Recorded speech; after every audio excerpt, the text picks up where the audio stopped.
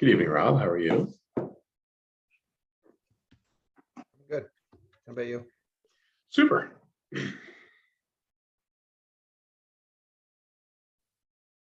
Hey, good evening, everyone.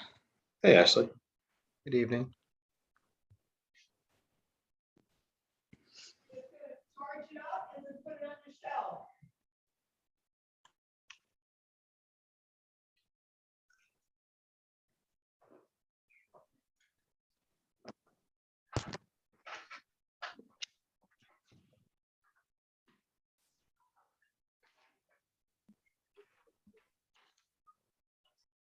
Hey, Craig, can you hear me?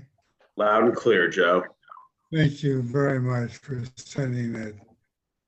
Oh, my pleasure. I have a great big white panel in the middle of my screen. I don't know how to get rid of it. And it lists all the attendees and all the panels. Have any ideas? A big white panel I'm not familiar with. It lists everybody by name. So if you go up in the right-hand corner, okay, you're going to see a view. And go to gallery. Nothing. So if you move your mouse up to the right corner, you don't have a view button.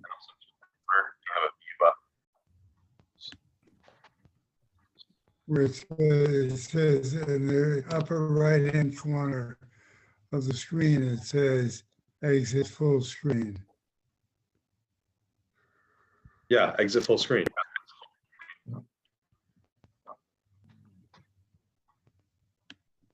What And do then you know? And now if you click it I did. again, you should be able to I just choose. did.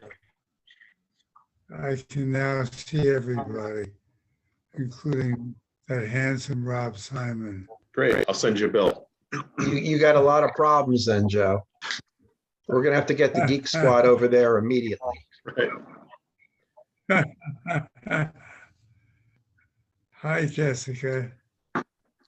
Hey, everyone. How are you? Are we missing anyone tonight, Eileen?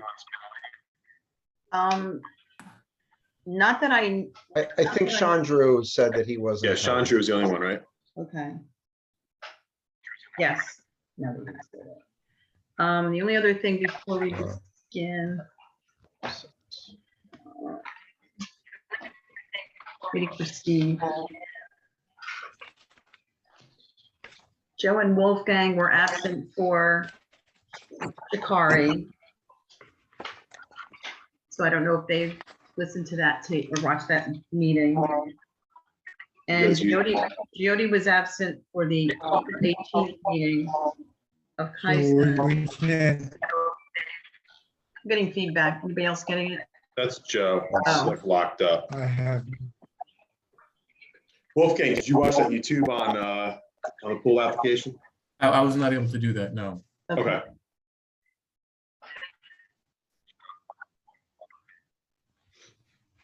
Pardon me. Amy and Steve. All right, so hopefully we can get them here. I did not watch the last meeting. Okay, So I'm We'll gonna just have have, to recuse. so then Um, then Ashley's in. And I would recuse myself for Kai Center. Are you going to do the residential first and do Kai second? Yeah, residential first. Yeah, okay.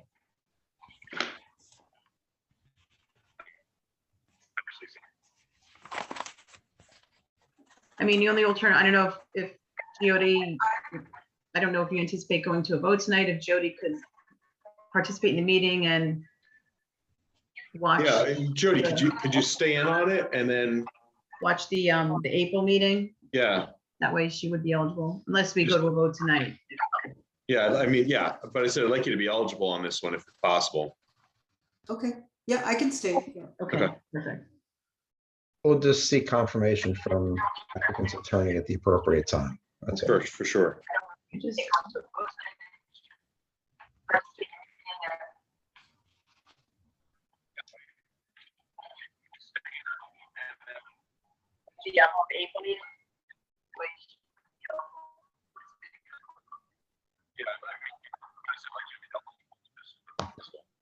So we have a quorum to at least get started. okay, perfect. And Is anyone else getting the feedback from? Yes. I think Yeah, it's hey from Joe, Joe. could you hit mute for me?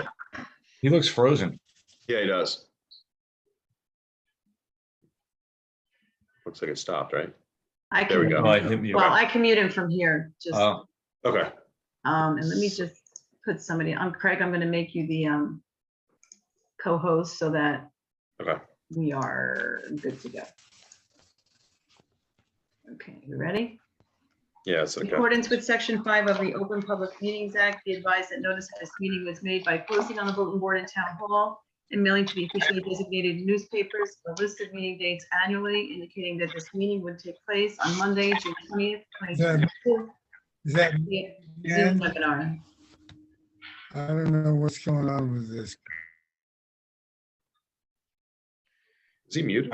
yeah. How are we hearing him if he's muted? I muted him, but it's, I don't know when he's muted, but let me just see if he logs on again. No. Who did you mute? I'm sorry. Hold on, Amy's here. Oh, there's Amy, yeah. Joe, see if you can mute yours because you have quite a bit of delay. I don't know what's happening with this. Sorry, folks. I was having a lot of trouble logging on. No today. problem. All right. Okay, so let's go through the minutes and the memorializations. And we'll see if Steve, I just texted Steve, so see if he jumps on. So up first, we have one set of minutes that we're going to hopefully approve this evening of 6/6/22. Does anyone have any changes or corrections for that set of minutes? If not, then can I have a motion? Were they just, did everyone get them? Because I just want to make sure that they were circulated. I don't see that in my email. Yeah, I don't think they were circulated. I don't think they were handed in to me, so I thought we got them. I I don't know, I reviewed a set, but maybe it wasn't those. yeah, let's just hold off on that so I can make sure tomorrow. All right, so we'll move on Okay. from there. We just won't do any. The memorializations were circulated by Rob. So let's start with calendar 385322, Associates 29 LLC, 291 Millburn Avenue, Millburn. Who's available on this to vote? Amy, Jody, Steve, Chandru, Ashley, Jessica, Craig. Any changes or corrections to that memorialization? If not, would one of those people please make a motion? Move approval? Thank you. Do I have a second? I'll second. Roll call. Amy Lawrence, Yes. Jody Sharma, Yes. Ashley Avigdor, Yes. Jessica Blatt, Yes. Craig Plattner. Yes. Next up, we have calendar 386622, CJM Place LLC, 9 Slope Drive in Short Hills. Any changes or corrections to that memorialization? If not, who's eligible? Amy, Jody, Steve, Chandru, Ashley, Jessica, Craig. One of those people please like to make a motion. Move approval. Thank you, Ashley. A second? Second. Amy Lawrence, Yes. Jody Sharma, Yes. Ashley Avigdor, Yes. Jessica Blatt, Yes. Craig Plattner. Yes. Next up, we have calendar 386922, Jason Lasco, 9 Reeves Circle in Millburn. Who is eligible? Same. Same, okay. Can I have a motion, or if there's any corrections or changes to be made? If not, can I have a motion? I'll Move move approval. approval. Sorry. Second that one. Amy, you could take it. Sure, thanks. Move approval. Can I have a second, please? Second. All those in favor, or actually, Amy Lawrence, Yes. Jody Sharma, Yes. Ashley Avigdor, Yes. Jessica Blatt, Yes. Craig Plattner. yes. Eileen, do we do attendance? Yes. We did? Oh, Oh, actually, because actually You know Jessica, what? Jessica just made a note. I'm like, I'm not sure we did. yes, you're right. I don't have them marked off. Amy Lawrence, Yes. Jody Sharma, Yes. Joseph Steinberg,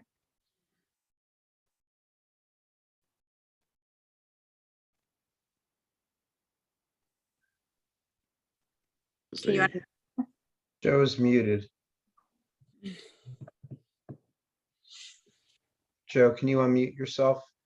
Yeah, Okay, You got in. got it. you're here. Wolfgang Tutoris, Yes. Ashley Avigdor, Yes. Vice Chairwoman Jessica Blatt, Yes. Chairman Craig Plattner. Yes. Hey, Joe, could you mute yourself? You seem to get feedback from your connection. Thanks. All right, jumping back to the memorializations calendar 386522, Sandra and Jason Kasdan, 20 Oval Road in Millburn. Who's eligible? Same people. Any changes or corrections to that memorialization? If not, can I have a motion to approve? Move approval? Can I have a second? second? Second. Thank you. Amy Lawrence, Yes. Jody Sharma, Yes. Ashley Avigdor, Yes. Jessica Blatt, Yes. Craig Plattner. Yes. Joe, hit mute for me. Thanks. Okay, so the applications this evening, we currently have two. We are going to start with calendar 386822, 33 Keene Road, Murtaza Shikari. You're seeing this one back again. 11 Hillside, well, the application is 11 Hillside, but it's actually 33 Keene Road. This is a continuation from, I believe, the May 16th hearing. Right. And I'm sorry, Craig. Eileen, just to confirm, is everyone who's on here eligible? Joe and Wolfgang indicated that they have not watched the meeting, so they're not eligible. that is We have- correct.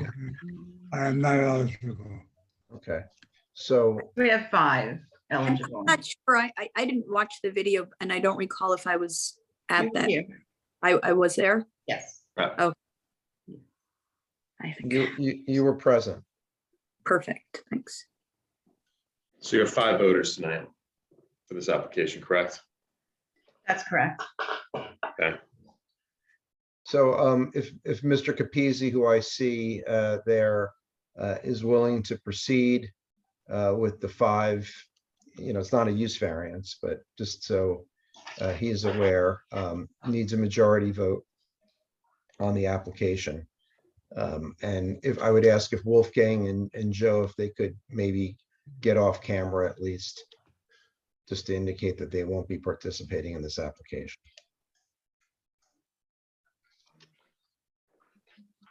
Thank you, Mr. Simon. If we can present the revised plan and take the board's temperature as we proceed this evening, and then if I could reserve on whether we're going to take a vote or potentially carry to a later date, if the board would be agreeable. The presentation, I imagine, would be quite brief because it's essentially a follow-up hearing from a matter that was before the board in May. We've revised the plan, and the matters for discussion this evening are essentially discussion on the revised plan set. Yeah, I'm fine with that. We can, but we'll go through the board and make sure we take the temperature and see where you're at. You're still coming back with lot coverage and your number's the same, correct? No, when we were before you in May, the number was 41%. Right. Under the current scheme, it is now 36.9%. So Okay. essentially, we're now 1.9% or 437 square feet over what's permitted. Right, okay. So why don't you take us through those revisions and see where we're at. Certainly. Mr. Agarian, if you can turn on your camera, please. Everyone's previously sworn, correct? Correct. I'm having, can you hear me okay? Correct, yes. Can everybody hear me okay? We can hear you No. fine, Jeff. Okay, yeah, I'm sorry, but my camera is not working tonight. So, Can you- Mr. Cap- yeah, Is that a Hey, problem? can Because I could log on, I could try and log back in with my camera. yeah, If it- that's, Use your cell phone, just something so we can see your face during the presentation. just if you want to give me 2 minutes, I can log off of my my cloud-based server and then log on locally. I should be, and that should solve the issue. So just give me a second, okay? Sure. Thank you. Sorry about that, Mr. Chairman. No problem. It's the marvels of technology.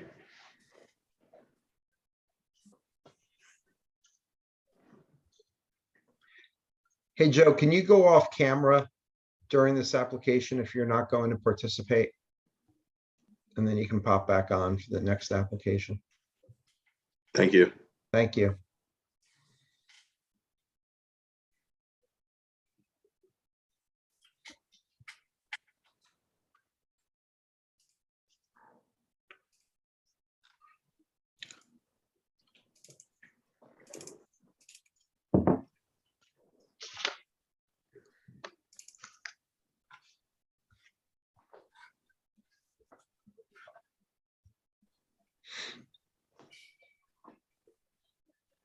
Right, see, he's back in the, is he?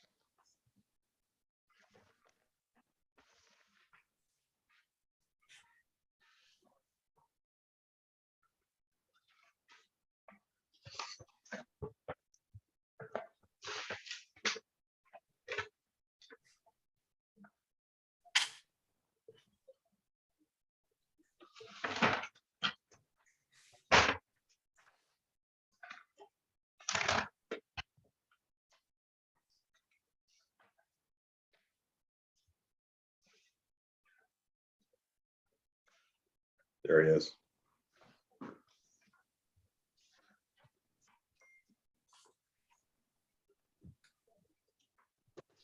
Excellent. All right, great. Sorry about that. Jeff, can you do us a favor and bring up the revised plan, please? The plan of June 6th. Yes. Or would you like, you want me to do that for you? Yeah, if you don't mind, Matt, that would be. I'm toggling between my server and my local computer, so I have to go to 2 different places in order to make that happen. Not a problem. So just so we can identify this for the board, can you, this is the most recent plan revised as of June 6th. Is that correct? That's correct. Yep, June 6th. So, hey, Matt, if you Yes, sir. can scroll up, it looks like your plan, even though it's what I have in my file, it looks like there's some blue markings that I don't have on my plan. Those blue markings are just the piping. That's just the way it saves as a PDF. So those are indicated on the hard copy that you have that just grayed out, but the color line type on the computer is blue. Okay, all right, not enough of a difference. Is there anything else that's different about what Mr. Capizzi is showing on the screen versus what you've submitted with the June 6th revision? No, nothing. All right, Mr. Chairman, I don't think we need to mark it as A2 then. We can- Sounds good. Yeah, we have it in our packet. Thank you. Mr. Agarian, can you take us through the revisions, please? Yeah, absolutely. Based on the last meeting, we took the board's comments into consideration, and the homeowners and I got together and we amended the plan with the intent to reduce the coverage and improve the stormwater management on the lot. So on the plan that we see here, the main change is that we removed the pool patio from the project. Ultimately, this reduced the proposed coverage from 41% down to 36.9%. Therefore, we are 1.9% over the requirement, which equates to 437 square feet. Another improvement that we proposed since the last hearing was a solid row of arborvitae trees to screen the property to the west and to the rear yard. The trees are to be planted at 8 feet height and spaced 6 feet on center, and that will provide a solid visual screen from the adjoining lots on the rear and side. We also listened to the neighbor's request about relocating the seepage tank with outside the proximity of the side property line. So we did move that. It is now depicted to be more than 50 feet away from their common property line. We supplemented the stormwater management system by routing the rear portion of the roof to a second 1,000 gallon seepage tank. So we're taking the whole roof, rear roof area and connecting the two downspouts to the stormwater management system. The contributing roof area alone is 1,340 square feet. Just as a reminder, the total increase in impervious now, which is just the pool and the coping, is 772 square feet. And we are now proposing to store slightly over 2,000 square feet of impervious coverage.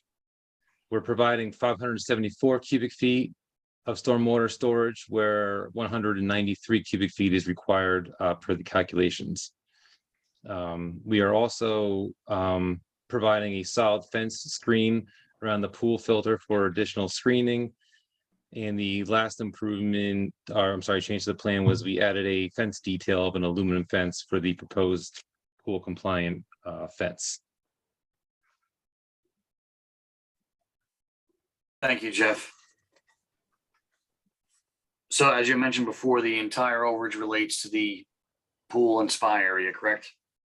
That's correct. Yeah, in the filter pad itself. But yes, that is the extent of the impervious coverage. And with the exception of the filter pad, both the pool and the spa will have an element of detention associated with it? Yes, typically there's 6 inches of freeboard between the water surface elevation and the coping elevation. So certainly any water that hits the pool will stay in the pool. But nonetheless, you've treated those areas as impervious, correct? Correct. And we also accounted for them in our stormwater management system. Thank you.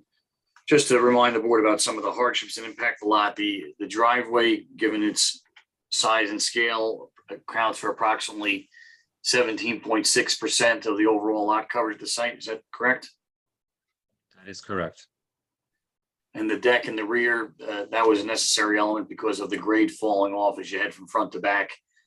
And that deck accounts for another 3.2%. Is that correct? That is correct. Yes. Thank you. Some of the benefits from the foliage that you're proposing along the perimeter, you had mentioned some screening, but would that help with soil stabilization and some water absorption? Certainly the additional planting of vegetation will soak up additional water on the property. Thank you, Mr. Agarian. I don't have any further questions for him, Mr. Chairman. Okay, anyone on the board have any questions for Mr. Agarian?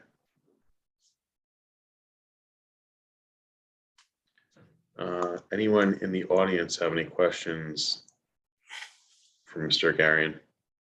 I can't see you. There we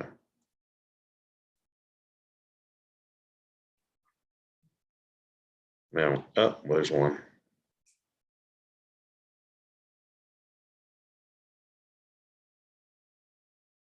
Over Erwin Cohen.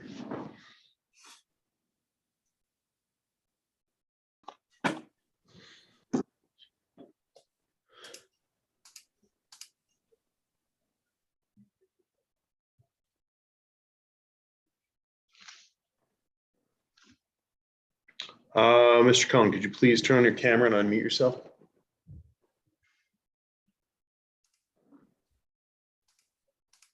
How's that? Perfect, thank you. Were you previously sworn? He's just asking a question at this Oh, point. sorry, for question, sorry. Go ahead. Yeah, just, we've met with our neighbors. We're the property just to the west. And I think they've made changes that were concerning to us, particularly with the Do you have additional. a question of the applicant? Because this is for questions only. If you have a comment, we can have you comment, but we just have to swear you in. Do you have any questions of Mr. Garion or no? No, I do. Okay, I sorry? do. my wife does. I do. I'm the wife. okay, fine, then let's get you on camera and then we'll have you answer your question. I'm fine with comments, it's just right now it's questions, so if you have I any have a questions. question. Sure, How do we get me on? just, there you go. Okay. My question is, Can you just As I've told identify the your, owners- I'm sorry, Marlene Cohn. thank you. And you're Wife. still, I assume you're still at 29 Keene Road? Yes, we're here since 1978. Thank you. Okay, and my question is, the pool equipment. It looks like it's more on our side than it is on the right side of the house in the back by the pool. And will it be visible? Because we're on a high deck and we see everything in next yard. The beauty of our house was the nature in the back and that we were like in a tree house. Since the pool was put in by the former people that owned the house next to this house in question that's putting a pool in, they did not put in proper piping because the water goes into our backyard like a river. So Mrs. And- Cohen, your question right now is whether or not the pool equipment is visible from your deck, is that correct? And also another question is, the water that's going to be coming Well, down is now well, going to come down from two pools, or is it going out to the sewer up on the street? Okay, well, first of all, anything regarding drainage has to clear town engineering. So that's right now has to be discussed with the town as to whether or not the plan is even compliant once it comes through us. So it still has to clear engineering. So Okay, those at the- concerns may be taken care of by town engineering. Okay, then at the end of the driveway, where you have the construction going in now, there is a drain. And it's been a problem even for the former owners because water collects there and there's a big square in the macadam. So something's going on outside the garage there on our borderline. So the water, even with that drain now, is still not fixing the problem. I don't know what that is, but it doesn't drain properly and it's all over the place. Is it draining the front yard? No, at the end of the driveway where you have, where they're gonna have construction coming in on the It's in this walkway. area, Mr. Chairman. Oh, Yeah, so right. there's a drain there that you're saying gets clogged? Yeah, it doesn't work. It still gets water and there's also a square in the macadam. So something's going on under that driveway that is not fixed. I don't know what it is, but it goes into our land too. But what I'm saying is because of all the water drainage from the first pool, and now we're going to have another pool, which is fine with me. You know, I don't mind the pool there, you know, but Well, Ron, the whole- this is for questions. So let's try to keep right. it to what All questions right, you here's have. the question. So when it goes into our land now from two pools, how is the architect rectifying this water that's coming into our land because we've lost a lot of trees and now we Okay. have like vacant land there? Well, so first of all, like I said, all drainage has to clear town engineering. Okay. Okay. So regardless of what the architect does here, it still has to meet all the town requirements and be completely compliant with the township. Okay, Okay. I appreciate that, but there's something that you should know. Now we are having to pay almost $10,000 to put in shades in the back because since the water is coming in now so much in our yard, we've lost trees. And that's the beauty of our area is the reservoir rather the reservation, you know? Okay, all right, so let's get back to the questions, because like I said, this is Water. questions only.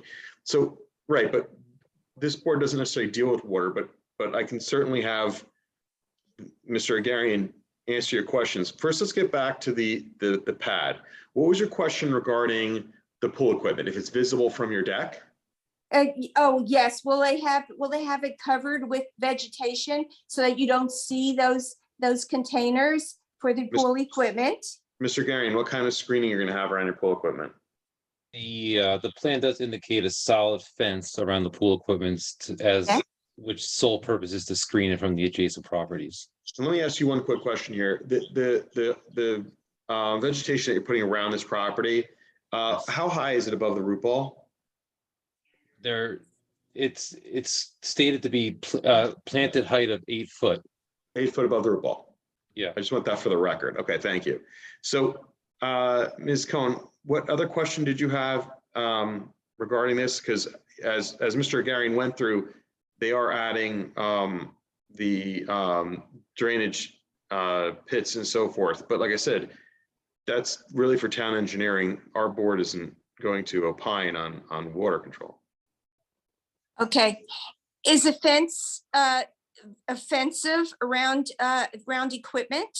Because you know, it takes the value down of your neighbor's land if you just have walls and fences visible when you're out on your deck entertaining or just having a breakfast or dinner yourself. I mean, the beauty of this area is the nature, and the nature is leaving us from the water coming in, and then we're going to see equipment maybe or fences. So what will we expect? Why Ms. isn't the Cohen, equipment going into the woods? It'll be an aesthetically pleasing fence, Ms. Cohen. As you have already spoken with your neighbor, you will continue discussing with them. And if there's a particular issue you have with the fence style that they achieved, they desired to select, I'm sure you and Mr. Shikari will find a resolution on that. Okay, could the equipment be put more into the woods? Can you put the equipment further in the rear, Jeff?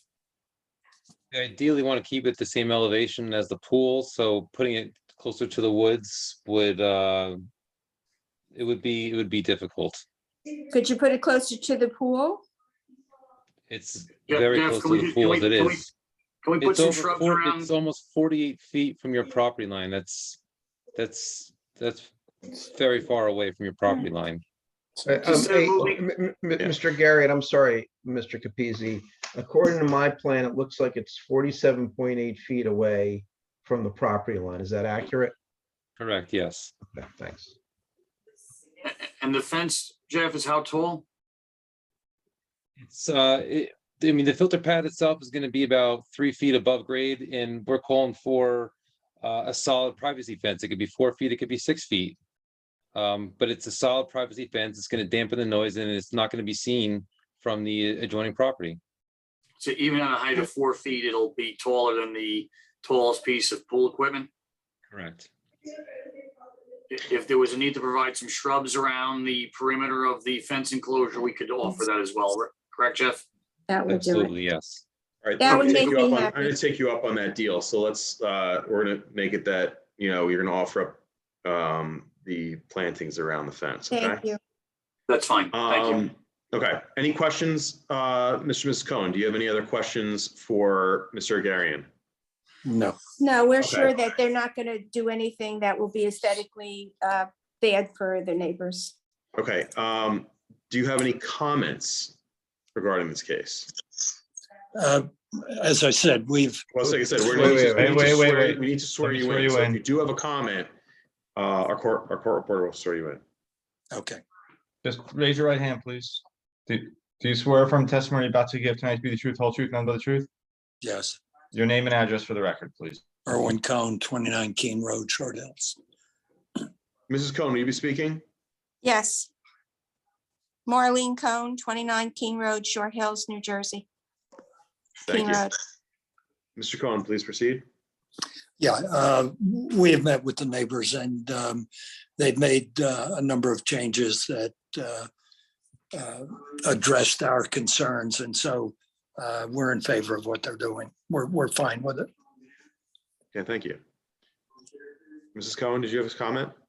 No, as long as aesthetically pleasing so that it won't ruin our view and our appreciation of the nature of the area. Seems like Mr. Capizzi is willing to work with you, so see what we can do Okay. there. Good. So I appreciate both your comments. How long and- will the driveway, how long will the construction be in session? The whole summer? I don't know if we're gonna get going this summer, Ms. Cohen, depending on when the board adopts a resolution, we get permits, et cetera. We don't have a construction timetable yet, but it probably will not happen this summer. Okay, thank you. Okay. Thank you very much for your comments and your questions this evening. Next up, we have Ron Dvorsky has his hand raised. So bring him over. I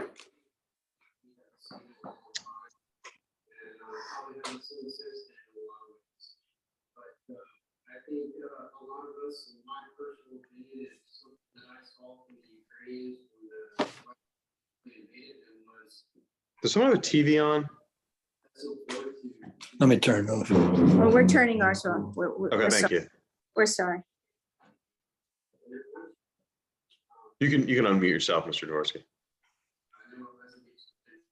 Okay, can you hear me? Yes. Hi, I'm Ron Dvorsky. Yeah, we're gonna swear you in, okay, because you have a comment? Yes. Okay. There. Raise your right hand, please. Do you swear from testimony you're about to give tonight to be the truth, whole truth, nothing but the truth? Yes. Your name and address for the record, please. Ron Dvorsky, 37 Keene Road, Short Hills. Go ahead, sir. So I'm the neighbor directly to the right. And I haven't really looked at the plans. I've been made aware of the neighbor applying for a pool, and I just wanted to say that nor I or my wife have any objections. And I'm sure anything that he would do would be in amazing taste, and we fully approve of anything he wants to do. Great. Thank you. And to our understanding is the pool is closer to our property line than it is to any of the other neighbors. And we feel that it would be a great value both to the community and to our neighborhood. And we look forward to taking a dip in his pool. Great. Thank you so much for your comments this evening. Thank you. Anyone else in the audience have any comments regarding this application? I see none, so close the, unless any board members have any other questions regarding anything you've heard or anything else regarding the last two people who spoke, or three in this case. If that's the case, I'll close the public portion of this meeting. Board members, what comments do you have? Hey, Craig? Yes. Let me just remind everyone that because this is a C variance, bulk variance request, that the maximum lot coverage is 35% for the zone, and what is permitted is 36.9%. It is a conforming lot in the zone. And as the board is aware, it can grant approval based on the C1 hardship criteria, or alternatively, the C2 or the flexible C benefits versus the detriments, in which case you would find that the purposes of municipal land use law would be advanced by a deviation from the zoning ordinance requirements, and that the benefit of the deviation would substantially outweigh any detriment. And then you would also consider the negative criteria, no substantial detriment to the public good or to the zone plan and zoning ordinance. Thank you, Rob. So comments, what say you? I'll start off. I think the applicant really listened to what we had to say. I could support this application, I think, under both criteria. I think taking away that pool deck, it seems that there's really no way that this pool could be built without needing a variance. The driveway is clearly a factor that makes it a hardship because it's taking up so much of the lot coverage. Yeah, I could support the application. Thank you. Any other comments? I'll just say I agree with everything that Jessica had to say. Given that the driveway and the deck together is basically 20% already, and then they're putting in another 16, 17% to finish the pool. I think that it should go through. I would agree. I think that we've made some nice changes here by adding the screening, listening to the neighbors. Also, now we're going to add the screening around the pool fence. And there certainly is a hardship related to that driveway. And I think that's they've listened to what we said in the first meeting and have been made some nice improvements to make this a much more less invasive to the piece of property. So I would support this application. Who else is voting on this, Eileen? Amy, Jody, Ashley, Jessica, Craig. Amy, any thoughts? Not that hasn't already been said. I would agree with you folks on this one. Yep. Okay. Mr. Capizzi, would you like to move forward to vote? Yes, Mr. Chairman, thank you. Okay. In that case, do I have a motion to approve? Move approval. And do I have a second? Second. Okay, Ms. Jessica. Amy Lawrence. Jody Sharma, Yes. Ashley Avigdor, Yes. Jessica Glatt, Yes. Craig Plattner. Yes. Thank you all. Have a good evening. Yeah, good luck with the project. Thank you. Take care. Next up, we have the High Center, calendar 3800-21, 437, 439 Millburn Avenue, 7 Bodwell Terrace. Joe, you can come back.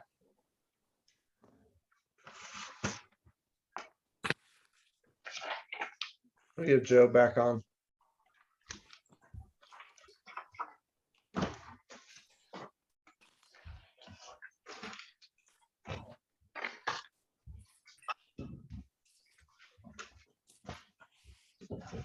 Mr. Levine, how are you this evening?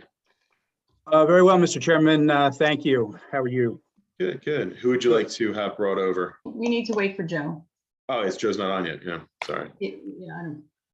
So his camera's not up. In the meantime, Mr. Levine, who will be testifying tonight that I could bring over?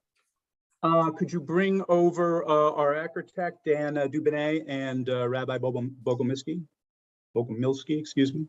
I have 2 logons with Rabbi Bogomilsky, so I don't know if he signed on twice.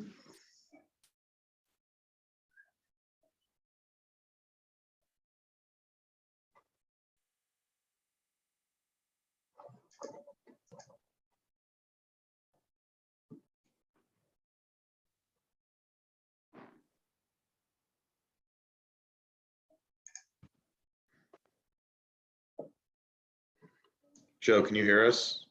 Could you please turn your camera on?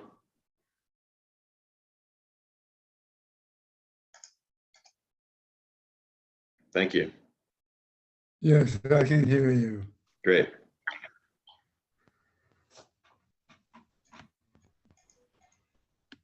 Before we get started, let's just go over for a second board participation for tonight. So Eileen, can you just advise Mr. Levine as to who is not up to date yet in terms of listening to or watching the video, listening to the tape? Well, we had presentation on April 18th. Jody was absent from that meeting. She said she will listen to the meeting, post this meeting. Other than Steve and Sean Drew that are not here tonight, everyone else is eligible. Mike, are you comfortable with proceeding with Ms. Sharma, having not listened to the last tape, but will be desirous of kind of catching up after this meeting? Yes, I am. Thank you, Mr. Simon. That'll be fine. Thank So if everyone could mute themselves, because I'm getting feedback again. Yeah, Joe, if you could mute, that'd be great. I'm having problems getting Rabbi Bogomilsky. There we go. Okay.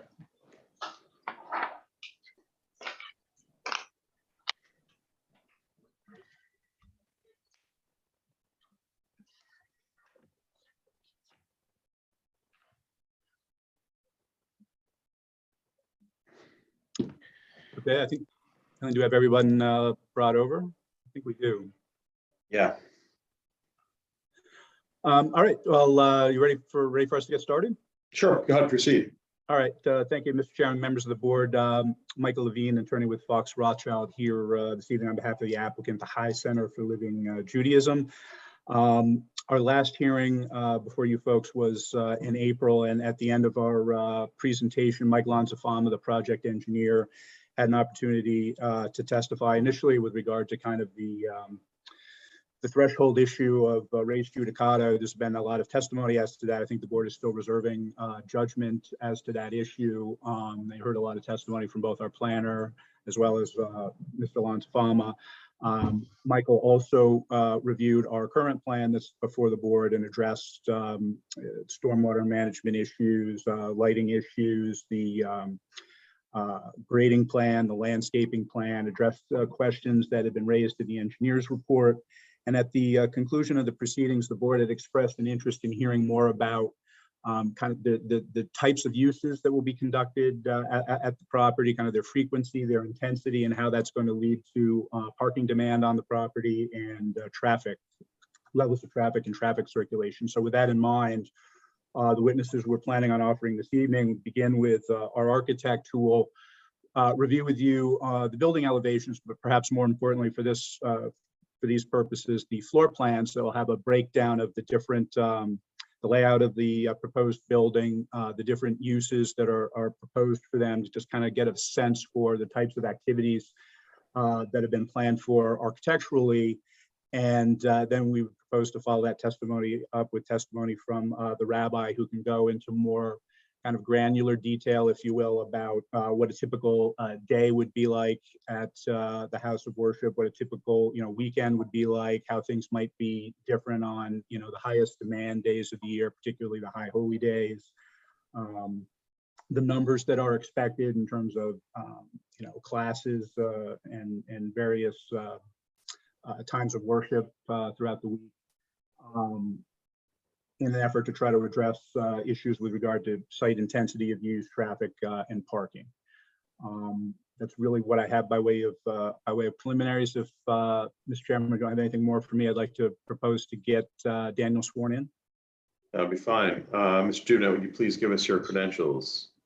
Wait, let me just swear him in. Dan, just raise your right hand. Do you swear from testimony you're about to give tonight to be the truth, whole truth, nothing but the truth? I do. Your name for the record, please. Daniel Dubinet. Thank you. And your credentials, sir? Okay. In short, I got my license in 2001. My license is current and in good standing. I practice primarily residential architecture in our neighborhood, Essex County, locally, and my office is in Short Hills. I attended Syracuse University undergraduate, and I got my master's degree from New Jersey Institute of Technology. And you've been seen in front of this board a few times, right? I have been lucky enough, yes. Great. Your credentials are accepted by this board. Please proceed. Okay. Thank you, Mr. Chairman. Dan, were you responsible for preparing the architectural elevations and floor plans that we've submitted along this application that's before the board? Yes. If you could, I would ask you just to reacquaint the board members, and for purposes of our record, if you could take the board, I think initially through the exterior elevations, and we'll discuss, I'll ask you to walk through them, and then we'll follow up with particulars as to building materials and colors and kind of your design philosophy and what have you. And then I'd like to delve into the floor plan layouts. Okay, very good. Thank you. If I may, I'd like to share the screen and take you through I think we're on, well, I don't know, I labeled mine exhibit A1. Do you know where we're at? I know where we're at, which is, I believe, A1. I don't think we've marked any exhibits yet. I'd like to mark my exhibit, 7 slides, A1, and they are information that you have in your package, plus some additional three-dimensional renderings and some photographs of the site as it is today. So without further ado, share screen. So again, it's 7 slides. The first slide is what. So I'm sorry, Dan. So we're gonna, all 7 slides are gonna be A1. As you go through them, I don't know if they're numbered by page number, if you can just identify as we go through each one as part of the set. Thank you. Okay, so the first sheet is the existing conditions that exist. So currently there's 3 lots that comprise of our application. There's 2 homes. And Dan, I'm sorry if I could interrupt you for 1 second. Mr. Chairman, members of the board, there's been kind of an open issue raised in the board's consultant's memo as to whether or not the applicant's intent is to consolidate these 3 lots and record a deed of merger. In fact, I think the planner's review memo said that his review was premised on that assumption. I just want to confirm for the board and the record that yes, that would be the intent. If this application were approved, there would be a lot consolidation deed recorded, merging all of these separate parcels into a single consolidated lot. Okay, thank you. I'm sorry, Dan. Great. So there's access off of Millburn Avenue. There's access off of Bodwell. 2 structures on the site, 2 residential structures. And this is our existing site plan. And then I'd like to show you, because I was influenced by the architecture of the homes that are on Bodwell Terrace, because that's one of our close surrounding neighborhood. And what I found is all single family, but most notably is the style of architecture in general. The majority of the homes, this is a snapshot that I got from Google Earth, from their photographs from the street. And the majority of the homes are what I like to call salt box homes or New England style, Tudor style. But the theme on most of the homes was a roof line that would go from the first floor down to this, I'm sorry, from the second floor down to the first floor. So kind of soft in scale. There were a few colonials, but the majority of them were capes, were Tudors. And if they were a colonial, they would often have sweeping roof lines that would go from the second floor down to the first. And as you know, I primarily practice residential architecture, so I was excited for the opportunity to design institutional building that. Wait, Dan, I'm sorry, before you move on to the 3rd slide, for the 2nd slide, I assume the aerial you got from Google Earth or some similar, okay? And then in terms of the photos of the various properties, residential properties, did you take those yourself? No, I got these from Google Maps, and I was able to get just a quick snapshot. So they may be different because it could be behind, but in general, the idea was not to study one house in particular, but kind of a neighborhood for a feeling. So this is taken from Google Earth. So do we, for the various residential homes that you're showing on the 2nd slide, do we have any idea when those photos were taken or what properties those photos depict? Yeah, I tried to get well, I have 19 homes here. There's 22 homes on the street, but it was really just to get a flavor. I do not know exactly, because I did not note that what year, if at all, like Google will tell you. I apologize, but I do not know exactly when. Obviously, before the winter. Certainly, I haven't seen any major changes to the street. I would have noticed some new construction, but I apologize, I don't have a date. Dan, are you familiar with the area in Bodwell Terrace? I am. In particular?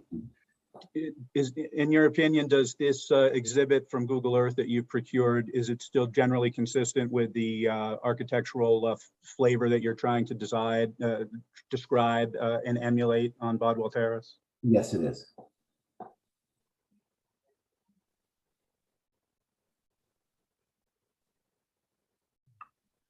I think you can continue. Okay. So again, yeah, I skipped over this, but this is the site plan. So in the dotted yellow lines is the proposed site. And obviously we have Bodwell Terrace Street, and then we have a cemetery property to the left, Millburn Avenue on the lower edge. These are photographs that I took, which depict what's And roughly approximately when did you take them, Dan? I took these in before the winter, so it would have been it was before the winter when we were Which winter? The most recent winter, sorry, that we just came out of. So it was in the fall, this past fall. Fall of 2021? Yes. Okay. And just to give you a flavor of the location and how it feels and how it sits, and certainly we're all familiar with Millburn Avenue, and we often drive this, and it's a somewhat nondescript. I mean, we could pass it, and certainly the homes don't have a presence, very well screened. It sits up on a higher elevation than Millburn Avenue. And so what I'm showing here is the view from Millburn Avenue towards Bodwell Terrace. And then on the right, again, the same, just a different vantage point. You can see the two homes that exist.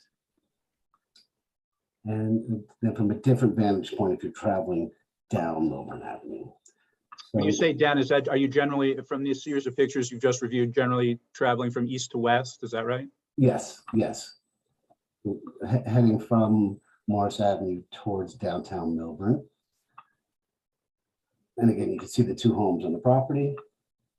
And this one's from Bodwell Terrace looking towards, so if I'm on Bodwell Terrace and I'm looking towards Millburn Avenue, this is what I'll see of the property. So again, it's heavy, well screened. It will continue to be screened. And I thought that that was interesting, that it really doesn't have a strong street presence on Bodwell Terrace. There's a sidewalk. So those are the existing conditions of the site.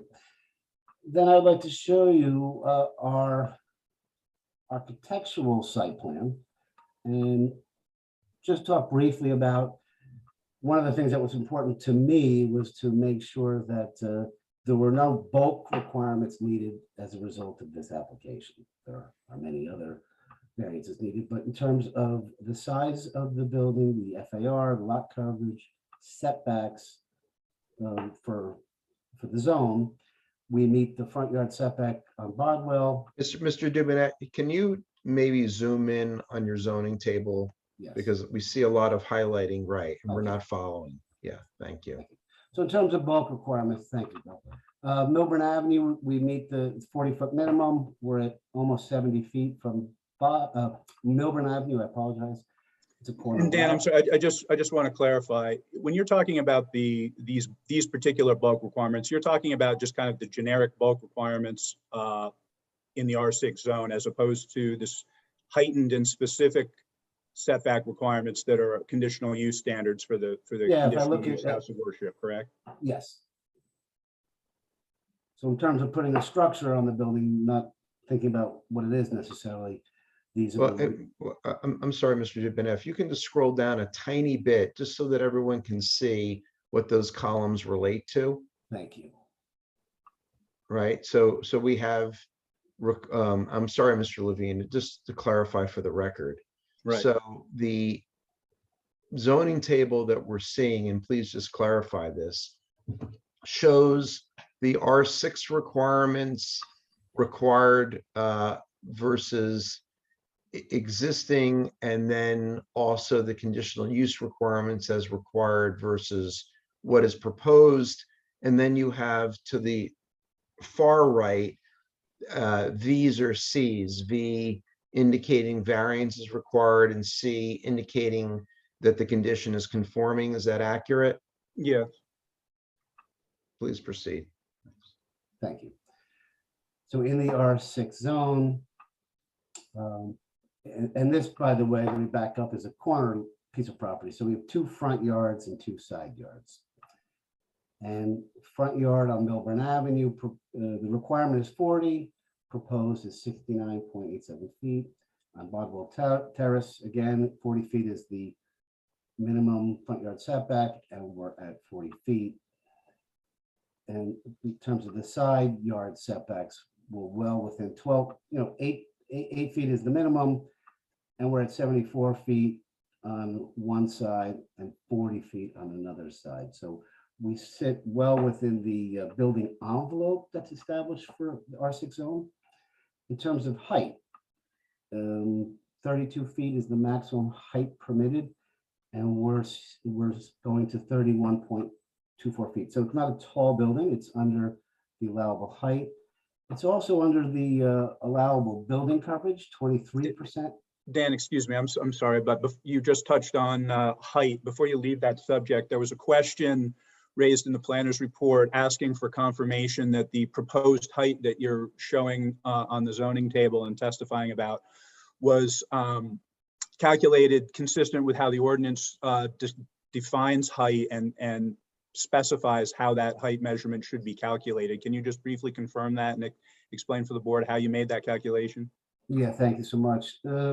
Actually, it was in coordination with myself and Michael Lonzafama. I designed the building and with his topography. So the way the building height is established is at 10-foot intervals around the perimeter of the foundation. We come up with what we call average grade plane. And from the average grade plane, you're allowed to go to 32 feet. So based on our average grade plane, the building comes out to 31.24 feet. So there's plenty of instances where it's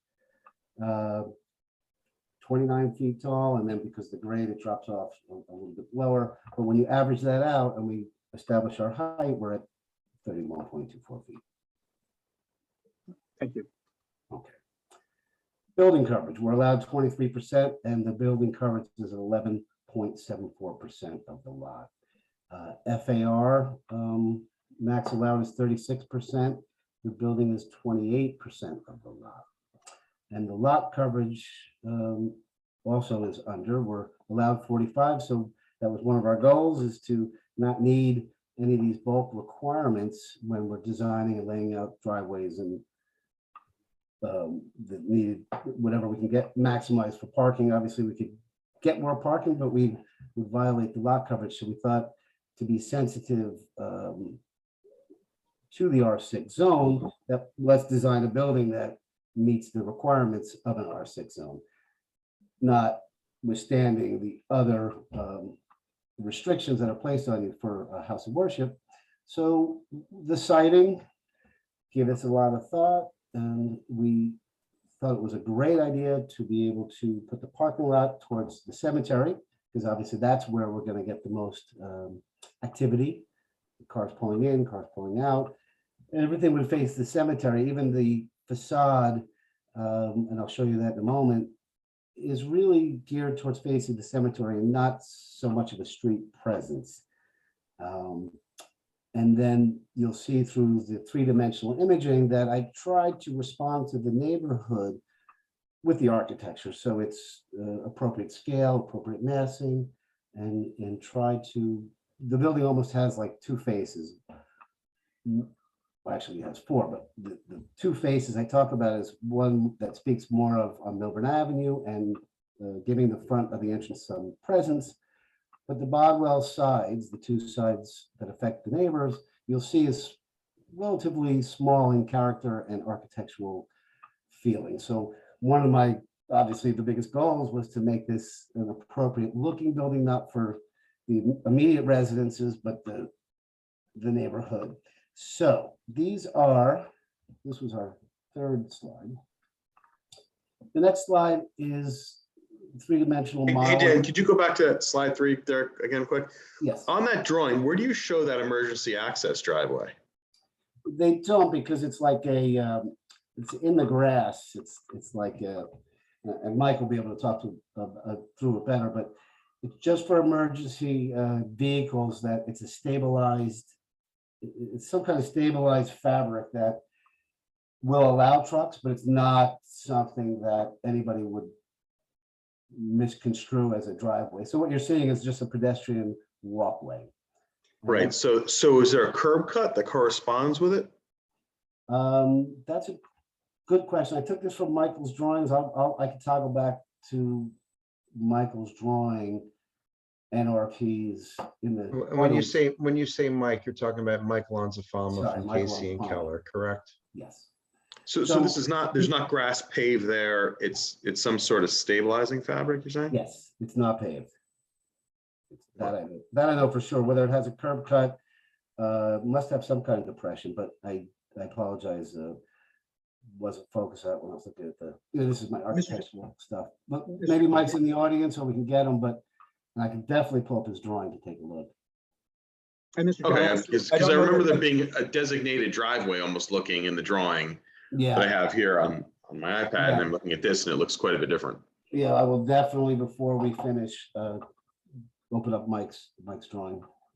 Okay. Mr. Chairman, I can't recall if Mr. Lanzafama testified specifically about the existence of the curb cut, but one thing that's noted on the plans and that he did testify with respect to is that there's an access gate there.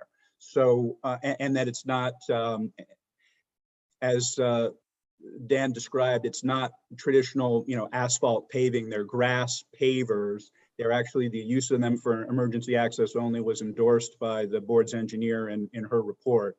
And I said there is a gate there so that, not only would somebody unlikely be confused as to whether or not it's an active use driveway, it's actually physically blocked off from being used as such.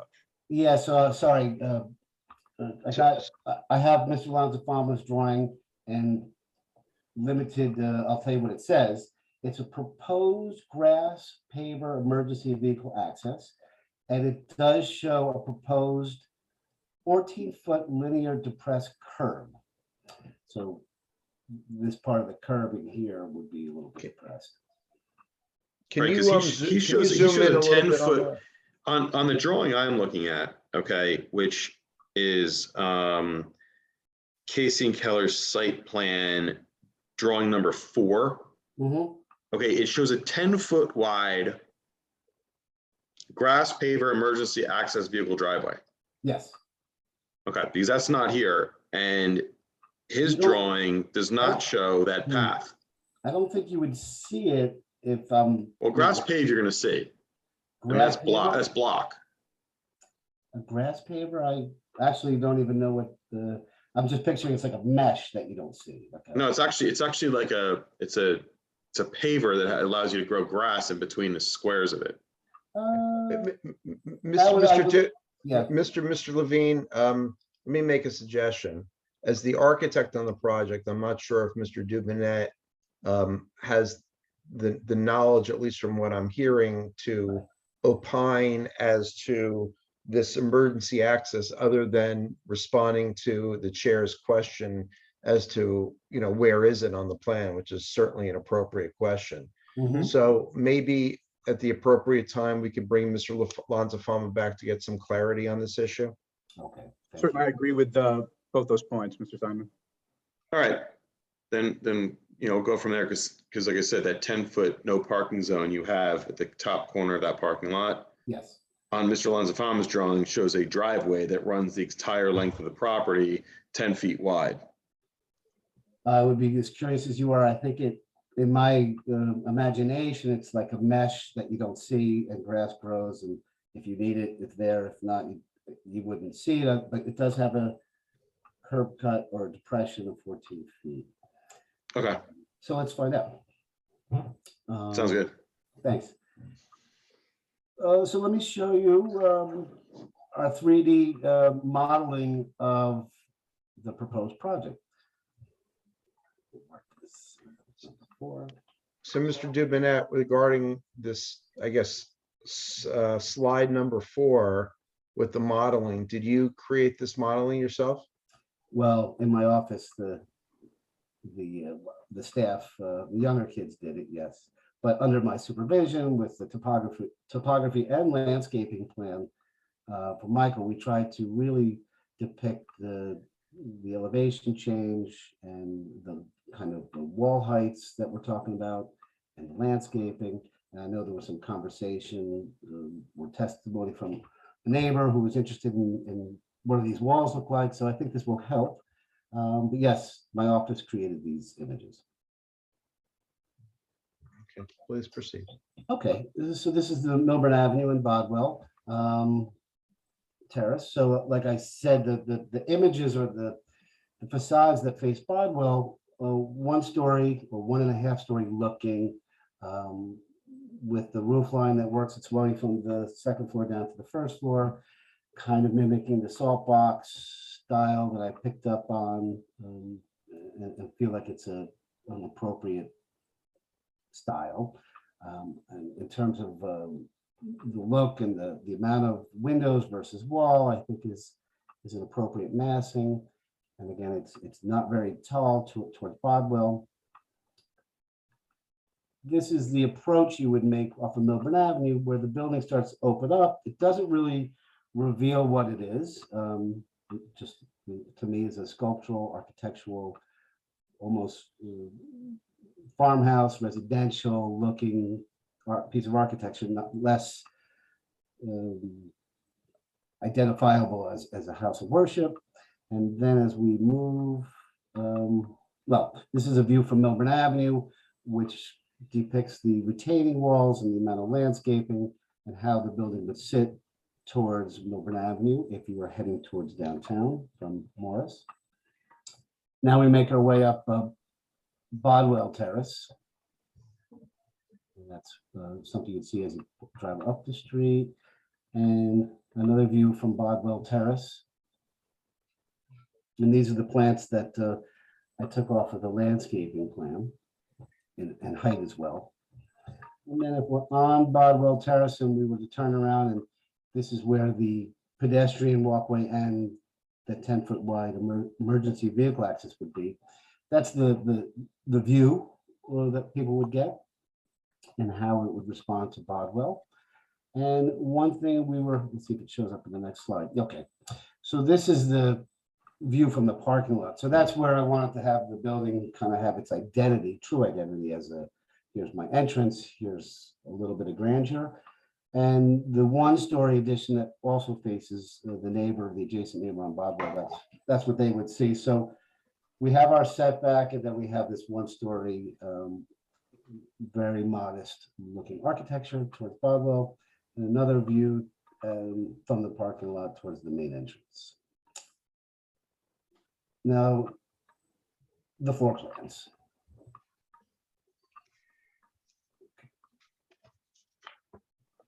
Well, if I take you into the building, we will enter the building here from the parking lot, and that's the main entrance. It has a double height space. It has a small office and a reception area, so they have a place to hang their coats. So here's a small office. This is the coat check. Stairs that take us down to the basement and up to the 2nd floor. An elevator so we can get access. Storage closet. Now we have this gathering space. So some sort of a transition from going into service and not going into service. There's this transition space. And I think the rabbi could talk about the function of that transition space. Now we have our synagogue, our temple, with the fixed seating. And then, so this area is all for the services. And then we have kitchen. It's a kosher kitchen. So they're able to, they don't prepare meals, but they keep things hot, and we have to keep the meat and the dairy separate. So it's an important space. And then we have a series of bathrooms and a very small 2 offices on the 1st floor. Question, the wall between the gathering space and the sanctuary, is that a curtain wall? Right now, it's just to be able to have these double doors to come in, but it's not a curtain wall. So in no way can it be folded or anything else, right?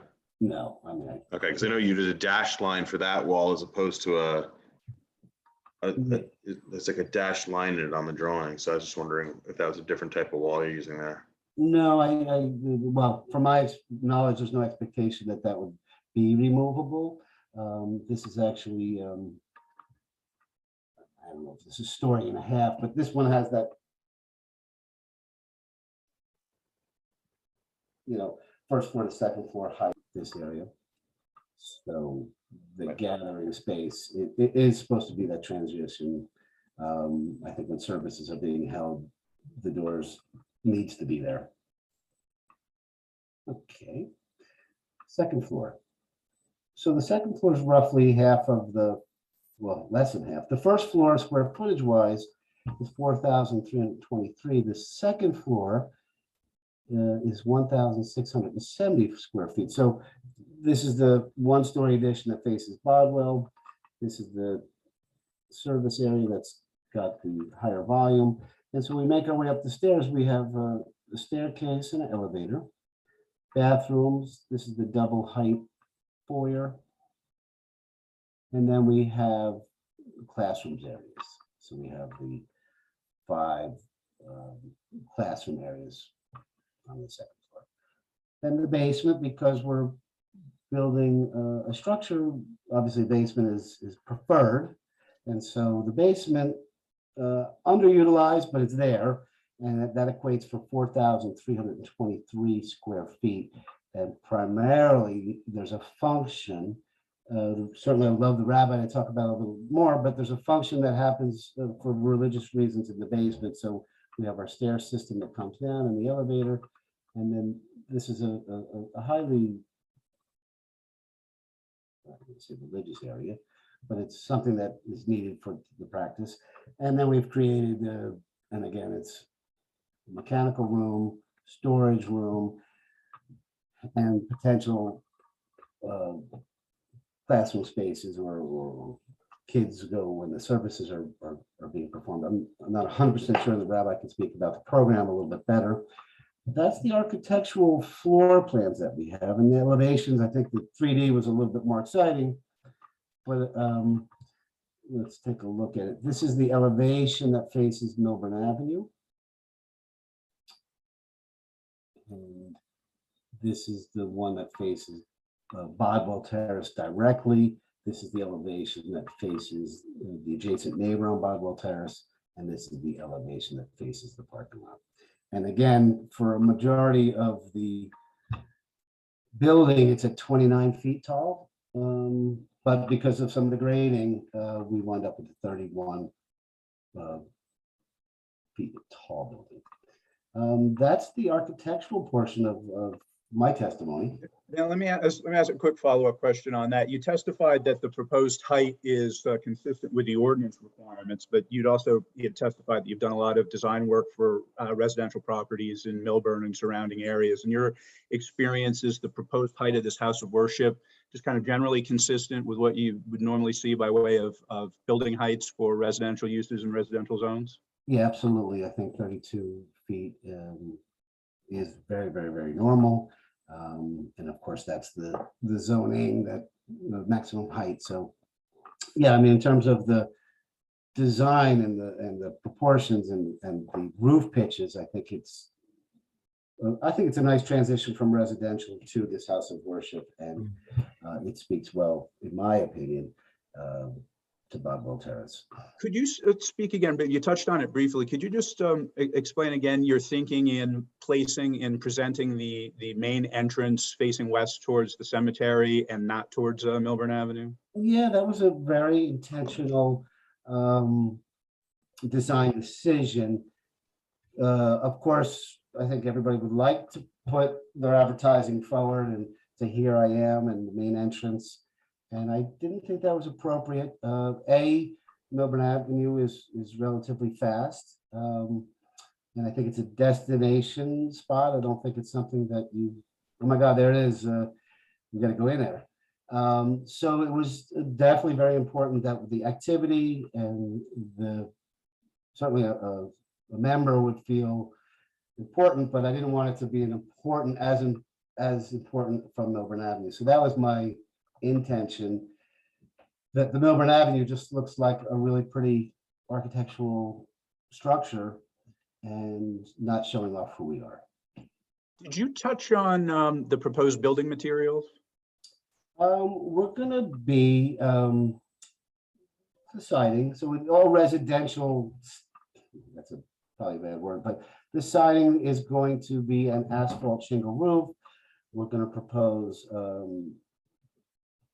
siding, and the siding is probably going to be what they call hardy plank siding. So it's a fiber cement board siding, which is completely compatible with the residential materials. The windows will be of residential scale and style. The ones certainly that face the residential neighborhood will have that. So very traditional. We'll have some stone veneer. And maybe, obviously the other mixed textures, but if that answers your question about. There was also a recommendation, certainly in the planner's report, and I believe the engineer's report as well, that the applicant can consider some foundation plantings around the building. Yes. And is this design and layout, would that accommodate additional foundation plantings that the applicant could agree to? Yeah, I mean, certainly whatever the forester or the planner would propose. I mean, that was a big part of what we wanted to do, is make this thing feel grounded and nestled into its environment. So absolutely. Again, with reference to the planner's report, there were a handful of open questions, a couple of which we've addressed already, but a couple we haven't. One was they noted an ordinance requirement with regard to designating a trash pickup location, either inside or outside of the building. Admittedly, there's a lot, we all know one of the reasons we're here before the zoning board is we're below the minimum lot size required for a house of worship. And we're trying to provide as much on-site parking as we can. So what is your thinking about providing a trash storage location? Are you looking more internal to the building? Yes, we've decided, and I apologize that architecture doesn't show up, but we decided to use a portion of the interior dedicated to keeping and housing our garbage. There's been talk about private pickups, but it would be all housed inside the building. We have an elevator and a very, well, we have a big basement, so we could keep it down there. Also, there's a requirement under the ordinance that utility connections, I think the question in particular was regard to the proposed electric connection, yes, be placed underground. I don't think our plans specifically call that out at the moment. Is the applicant's intention to provide an electric connection, to this new building underground? Yes, all utilities, electric, specifically gas, water, sewer, but primarily electric and telephone and internet will all be underground. And could the if the board were to see fit to approve this application, as a condition of approval, could the plans be revised to specifically show that where it would be laid out and how it would work? Yes, yes. We talked about the calculation of building height. When you were going over the square footages, you will recall that we had initially, as part of our application, submitted Mike Lanzafama had submitted a site plan with a zoning table. Yes. They called for significantly more parking spaces, and there was just a request for clarification as to how, and we subsequently revised our application and our plans to change the numbers with a resulting reduction in the amount of parking that's required under the ordinance. Could you just, has there been any change to your plans? Any increase or decrease in the square footage? What's the story behind that? I'm going to say it's human error. So we, I think when they calculated parking, they assumed we had a full second floor.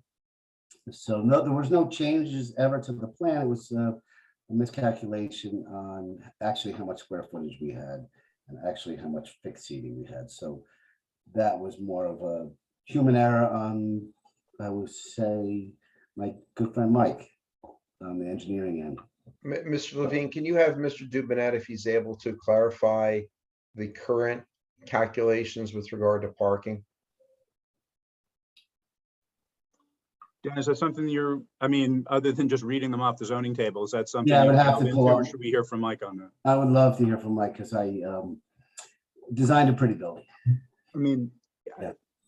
If the board needs its recollection refreshed with regard to that, Mr. Simon, we can certainly do that. We already have need for Mr. Lanzafama to briefly come back anyway, so he could certainly review that again, but I know he was part of his testimony last time. So- Right, I just wanted, since Mr. Duvenet raised it in his testimony, I thought I Yep. would ask him. So, Okay. I'm just gonna double check.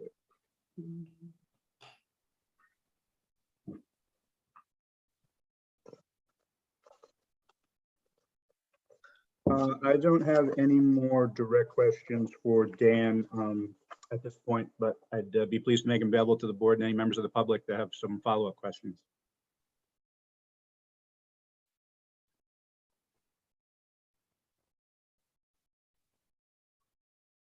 Does anyone have any questions on the board for Mr. Duvenet?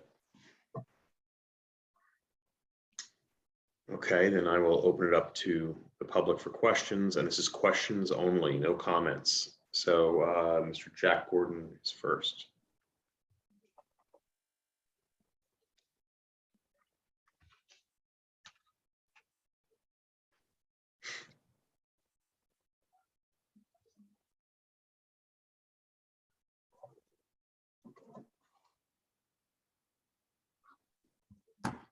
My name is Jack Gordon. I live at 27 Bodwell Terrace. Mr. Duvenet, I understood from what you were testifying to before that you believe that the houses on Bodwell are, I think you used the word salt box. Is that correct?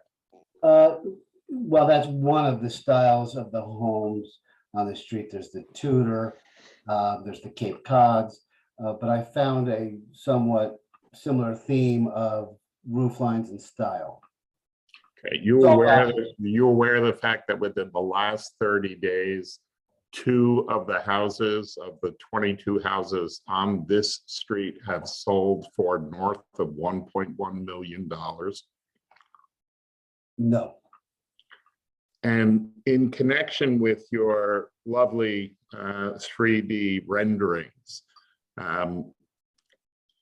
did you take into account the neighboring houses? They seem to be somehow non-existent.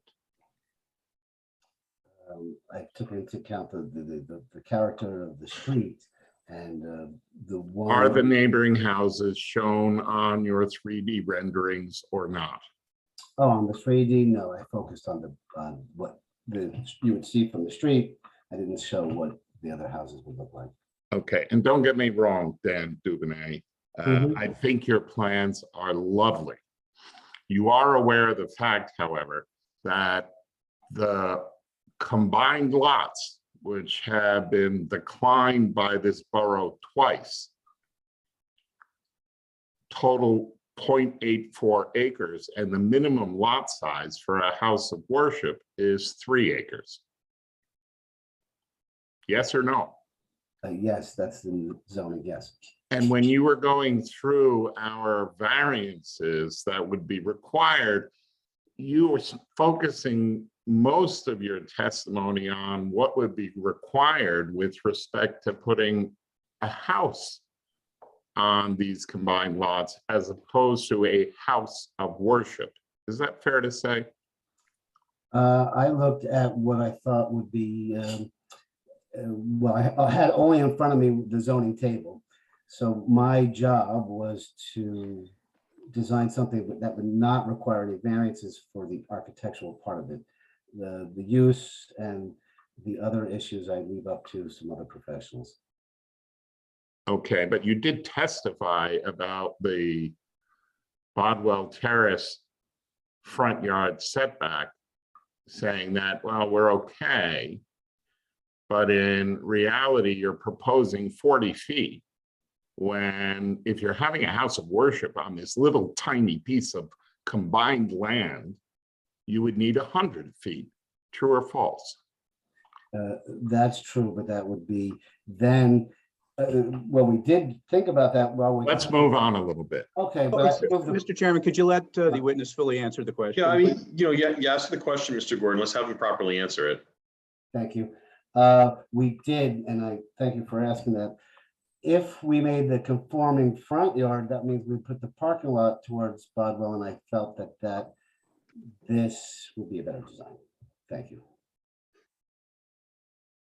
Okay. You had talked about this little strip, which would be unavailable for automobiles except during some kind of an emergency and the like, but you described it as pedestrian access. Do you recall that? Yeah, there's a walkway. Yeah, and indeed, the stormwater management report at page 5 talks about the use of that pedestrian access as a regular notion. It should be something that'll be used all the time. Why would there be pedestrian access? Well, people walk to Temple often, and so there's a, pedestrian.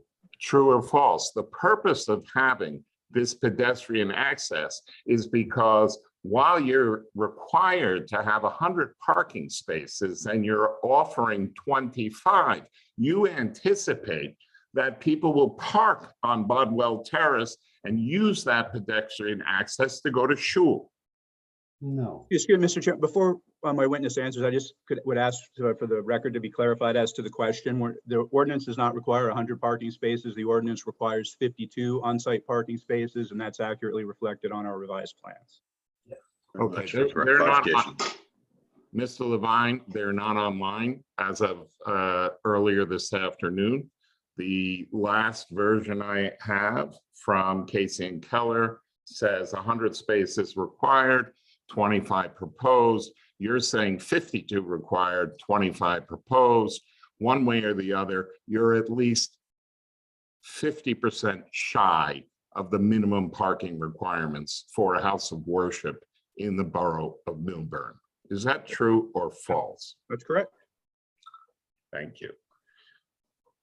I don't know whether you're familiar with this or not, Mr. Dubonnet, but this application has been first before the planning board and then once before, literally 20 years ago, before this very board, and was turned down. Are you aware of that? I'm aware. Okay. Can you describe for the board the substantive differences between the 2001 application that was unanimously denied by this board in 2002? I didn't design the first one. I know I designed the second one. So it's a completely different architectural presentation. I don't know architecturally if they had even seen any images of what the proposed was. I think it was to utilize the existing house with some modifications. So this is, don't know what clarifies, but obviously this is a new building versus renovating and remodeling an existing structure. Well, you're not aware of the fact that that was the proposal in 2001? To build a new building? Mr. Gordon, if you could please keep your, I understand your direction, but if you could please keep your questions to Mr. Dubonet's testimony regarding his plan as opposed to what was done in the past. Sure. I only have a couple more questions because I have a lot of questions for Mr. Lazafama if and when he chooses to testify yet again and take up more of this board's time. With respect to your 3D renderings, did you make a conscious decision not to include cars on Bodwell Terrace in light of the fact that you are planning a pedestrian access from Bodwell Terrace to the shul? Yeah, I think there's no parking allowed on Bodwell, so I don't know. It's for people walking. People walk Millburn Avenue, so I didn't. Even the photographs that I took, I think there's no parking signs on Bodwell. So I took pictures, and I've been to Bodwell. It's not a street that has parked cars. Correct. Yet you want pedestrian access. Well, Pedestrian. if you're going to the shul, you said the main entrance is by the cemetery. Yeah, so you Why would somebody who's going to shul walk up Bodwell Terrace to go through the pedestrian access instead of just walking further west on Millburn Ave? Well, there's a lower grade. It's easier to walk up that sidewalk. Why wouldn't they? So, I'm not sure. Okay, I have nothing further in the way of questions of Dan Dubonnet at this time. Thank you, Mr. Gordon. In that case, we'll be moving on to Sergey K. He has his hand raised for questions. Once again, I remind the audience, these are for questions only. Comments will be held at the end of all testimony.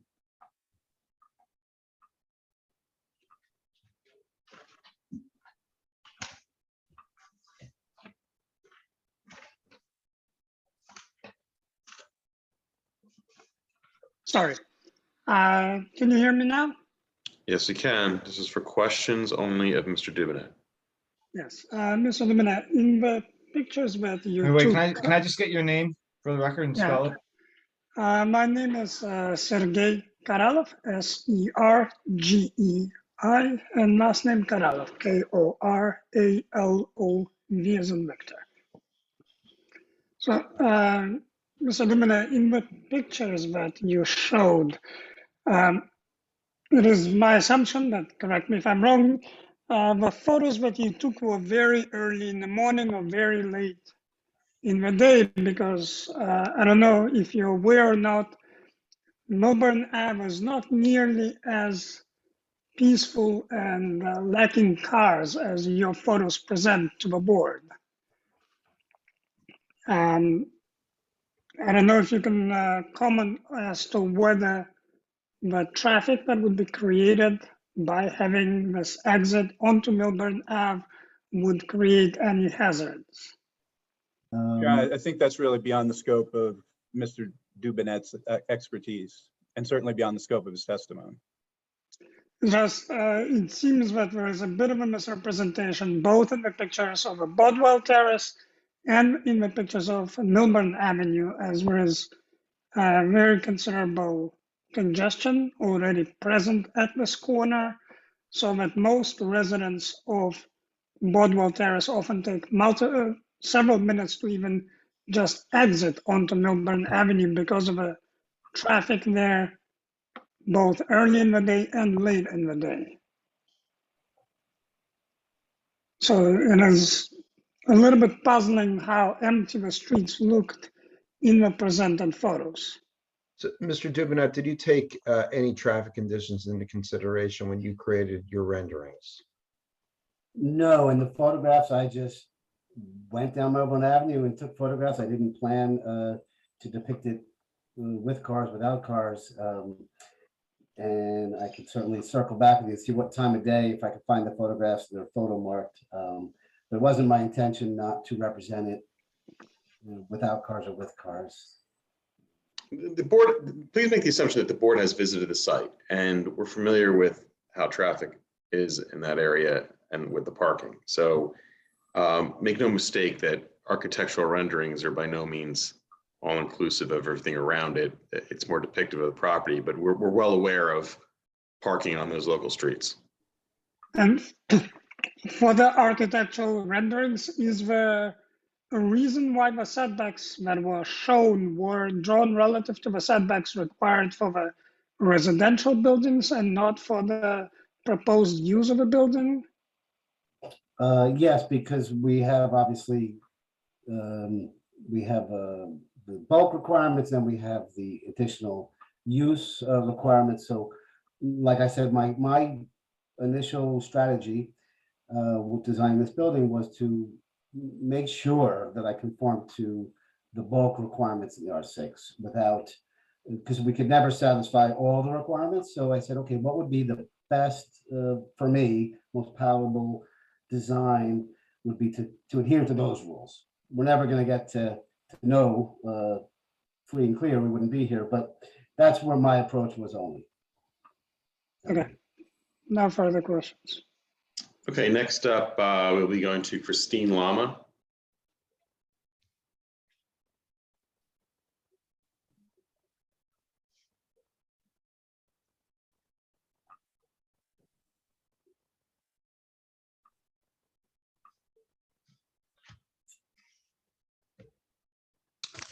Hi, my name is actually Solomon Lama. I'll give you the spelling of the name.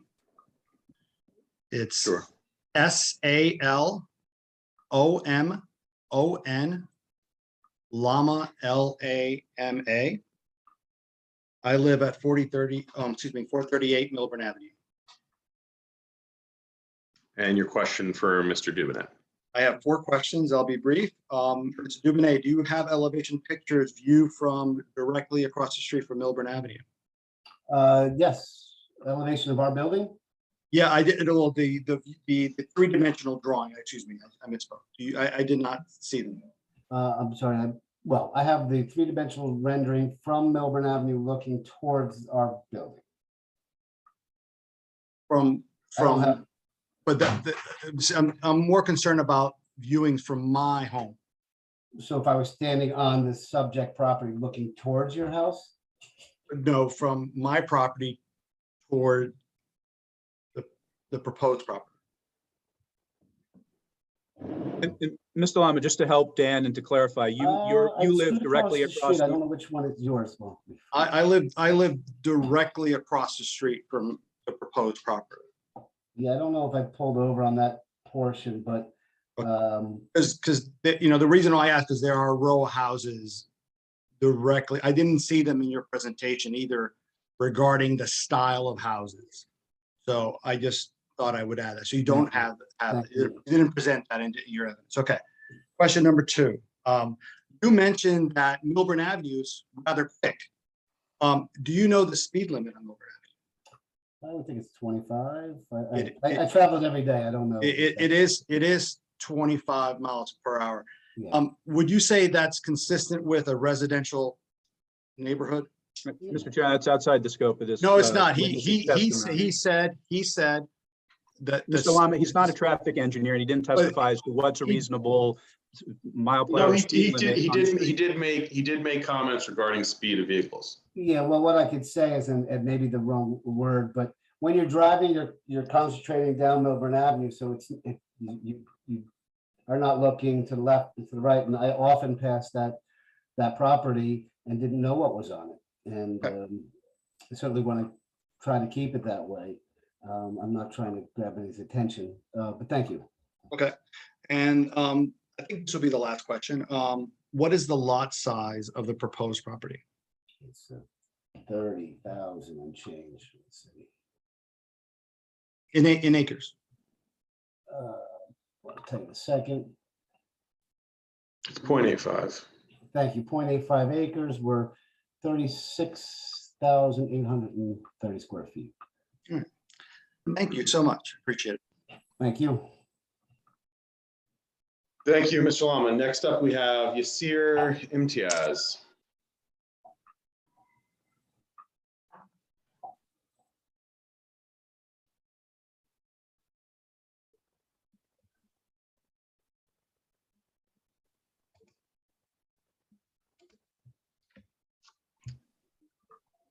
Hello, how are you? Yeah, my name is Yasir Imtiaz, and I'm from 9 Bardwell Terrace. My first name spells as YASIR. Last name spells as IMTIAZ. Thank you. What question do you have for Mr. Duvenet tonight? Yeah, a couple of questions. What is the distance of the rear of this proposed property building from 9 Bardwell Terrace sidewalk? I guess you are the one that's adjacent to our Yes, property? 9 Bardwell. Okay, I will get you that information. So you would like to know the distance from our property to your property line? Not property line, but my building line, like from my bedroom. From your bedroom. Do you know how far your bedroom is off of your property line? It's probably 5 to 6 feet. I'll tell you what I can tell you, which is. Yeah, are you able to scale it from the plans, Dan? Yes, doing that as we speak. So from the closest corner to the property line is 39.5 feet. And then what is the minimum required as per the Millburn? 12 feet. Sorry? Well, 12 feet is the side yard setback. So if it was a home, someone could build a home 12 feet from the property line, 2 stories. Okay. And what this question has been asked before, but it is relevant for my question, next question.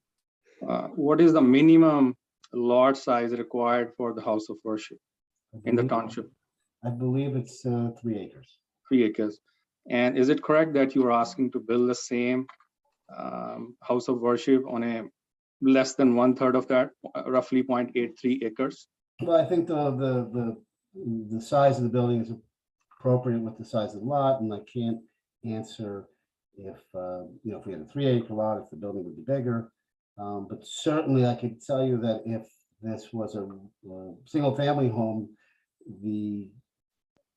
someone could build a 2-story home 12 feet off the property line and would be much closer and taller, and this would not block your light and airspace in terms of where it's set on the property. And is it correct that you're also asking for certain exceptions or variances from the minimum requirement as per the Millburn Township laws? Yes, because of the.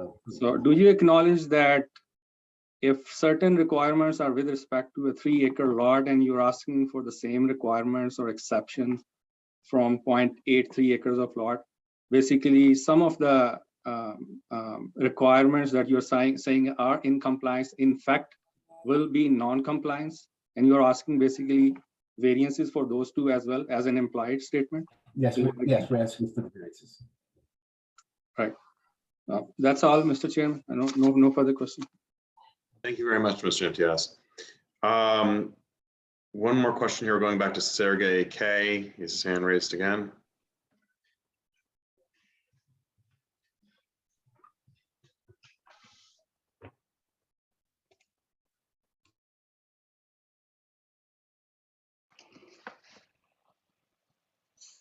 So the minute, just one more question, because I'm a little bit struck by your response to my neighbor Yasir about the fact that if this was a regular neighborhood house that is being built, that there could be a structure built even closer to him that is just a stall. If this was a regular single-family house built next to him, how many people would you think would be on site at any given time?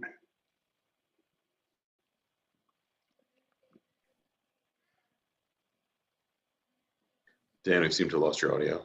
Oh, I'm sorry. Stay with me. Stay with me. Can you hear me now? Yes. Okay, sorry. I cannot answer that question. I don't know how many people would visit. But I mean, it's reasonable that it would be, I don't know, 4 to 6 to 8 people, yeah? No, I don't know. You could have parties and block parties, and I can't answer that question. Okay. Is it reasonable to state that while day to day you would have maybe, let's say, between 6 and 12 people, a house of worship presumes that there would be a much higher number of individuals at any given time with much higher levels of noise and distraction to the neighborhood and to the neighbors that actually happen to be next to me. And that's why Sergey, I think you're going to have time to ask those questions of more pertinent. Yeah, I mean, I only bring it up because of consistent testimony by Mr. Dumanet that implies that variance that is there for a regular neighborhood house should be in any way considered applicable to the building that is being proposed. And this seems to be like a striking discordance there. Yeah, like I said, I think you're being able to direct your question towards a professional that's probably more on point to answer that than Mr. Dubnet. He's strictly here for his architectural presentation, but we can get to that. So Mr. Lama is back up with another question.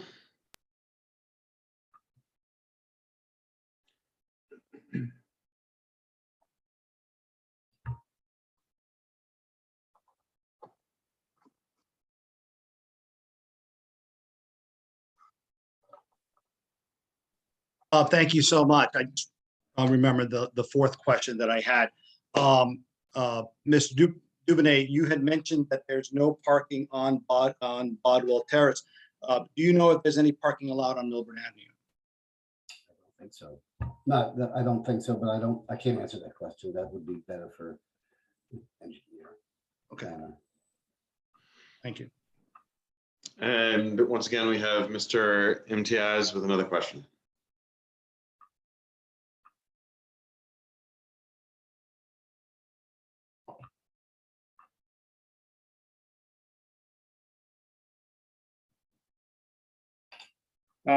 Thank you, Mr.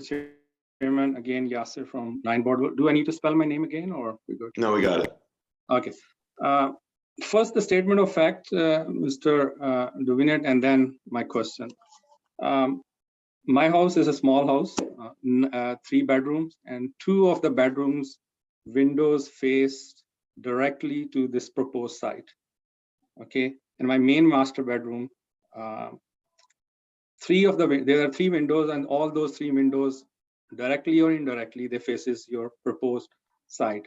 Right now, we have a proper residential houses, so they respect my privacy, I respect their privacy. Do you acknowledge the fact that this proposed architectural structure of your will actually expose my privacy? It's a house of worship. You cannot stop. People come and go all the day. You cannot say they can only come Saturday or Sundays or Friday. They can come pretty much whenever they want to come. That's why the house of worship is. So do you acknowledge, do you understand that this will compromise the privacy of my family? Because they will be, their windows will have to shut down those windows almost permanently. Do you acknowledge that? Well, that's why I want to say that I was the most sensitive to your direction, which is being a 1-story addition that's over 39 feet away from the property line. The second floor is even further away from that, so it's 56 feet away from the property line. With the mature landscaping, I was very sensitive, and I didn't know you, but to whomever you were, to be as far away as I could and be as sensitive as I could.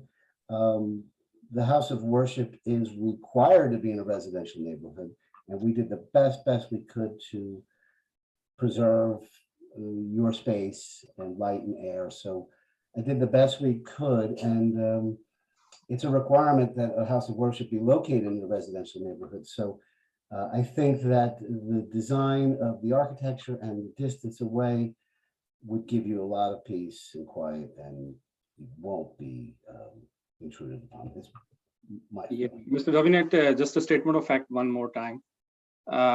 Trust me, I still have to be very careful with my windows and everything most part of the day.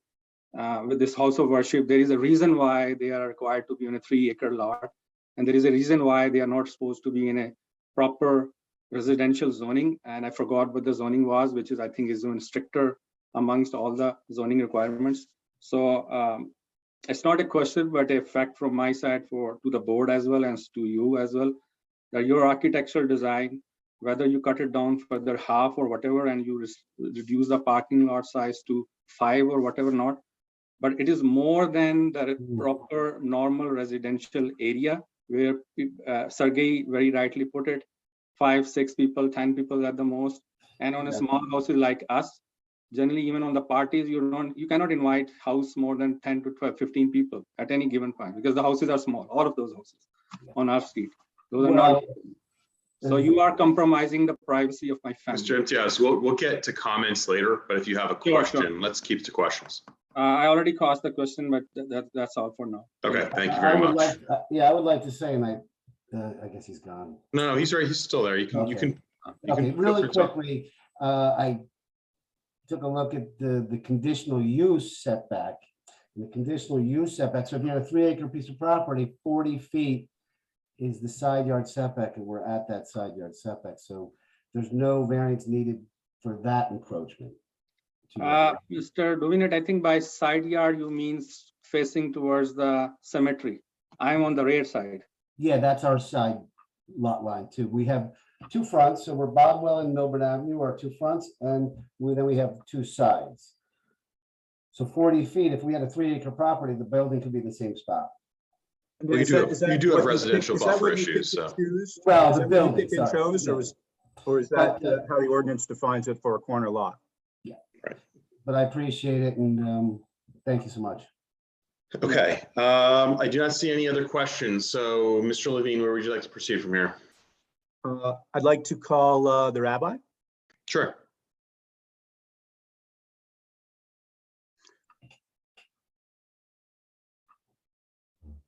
Dan, thank you very much, by the way. Appreciate your Okay. testimony. I'll stick around, right? Yes, please do. Good evening, Rabbi Bogomilsky. How are you this evening? Good evening, doing great. Great. You have to state your name and spell it for the Just- record. And get We have to get him sworn sworn in too. Just raise your right hand, please. Sir, do you swear from the testimony you're about to give tonight to be the truth, whole truth, nothing but the truth? I do affirm. Okay, just your name and an address for the record, please. Mendel Bogomilsky, Bogomilsky, 1 Jefferson Ave, Short Hills, NJ.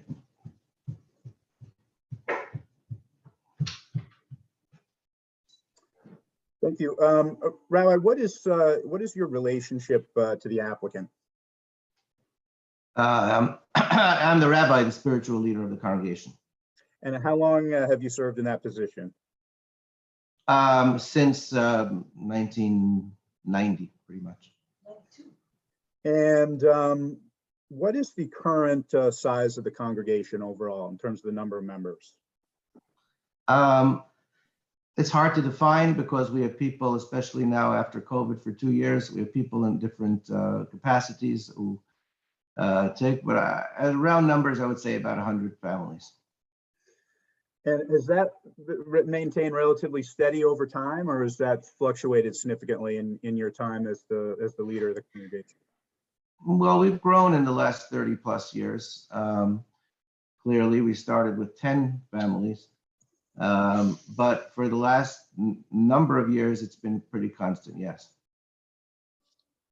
Now, roughly how many years would you say that's been? Probably pretty close to our last application, which was 20 years ago. At least 10 years. So I know the board and the members of the public are interested. It was also asked for in the planner's report. If you could kind of sketch out typical daily operations that you would envision here at the House of Worship, kind of starting with a typical weekday, what kind of activities would be happening there, how many people, what would they be doing? I'd like to walk through that on a typical weekday, and then I'd like to talk about the weekend, Friday, Saturday, Sunday, and then I'd like to talk about any particularly isolated high demand days like high holy days and other kind of out of the ordinary, if you will, or atypical demands that you would expect to experience at the House of Worship. So starting with a kind of a typical weekday, who would you find at the House of Worship and what would they be doing there? Well, a typical weekday, there's almost no activity throughout the week. We have 2 services. Before COVID, we have not held them since COVID on a Monday and a Thursday morning. Those services are attended by about 10 people. And what time of the morning, Rabbi? it was from 7 to 8 a.m. We're trying to restart it, probably 7:30 to 8:30 a.m. We have not been successful yet. Those are the only 2 services we hold during the week. We did hold several classes. That means 2 classes, well, not several, but probably 2 classes during the week in the evenings for about an hour. There were about 4 or 5 people attended. We've moved those classes to Zoom, so we don't hold those in person for the last couple of years. They might move back maybe one day to in person, but I don't anticipate more than those 4 or 5 people coming. We have Sunday morning services about 8:30 for about half an hour. We have a Sunday morning Hebrew school that goes from about 3 hours from 9 a.m. to noon. We modified those hours slightly. And the Hebrew school, Rabbi, is that, so what are the numbers that you're experiencing in terms of students that attend the Hebrew school and what are their ages? Our numbers right now are very small. There are about 20 children and the ages are from first grade age, whatever that would be, to bar bat mitzvah age, which, it's 12 and 13 years old. So, that's about 20 kids. And With that being the case, then, with that age range of students that are attending the school, are they all kind of educated simultaneously in one location, or are they broken out into more age-appropriate groups in the classroom? we actually break them down to 3 or 4 groups, depending on the particular year and on who's there. Okay. I'm sorry, if you could please go on. Yeah, so that's a Sunday. And then our heaviest usage, so to speak, is a Saturday morning. And that is, we have about 30, 35 people coming on a Saturday morning. Those services run from 9:30 to noon. We have a small brunch afterwards for the people that come. That takes us to about 12:30, maybe 1:45. Most people come about 10:30. They don't come on time at 9:30. So I would say that heaviest usage during the entire week is probably a Saturday morning between 10:30 and 12:30 p.m. and 30 And when you say 35, do you mean 35 people or 35 families? No, 35 individuals, people. And you mentioned that you typically have a brunch. Where is that served? Is that served inside or outside? It's usually inside, unless it's occasionally a very nice day, but usually it's inside.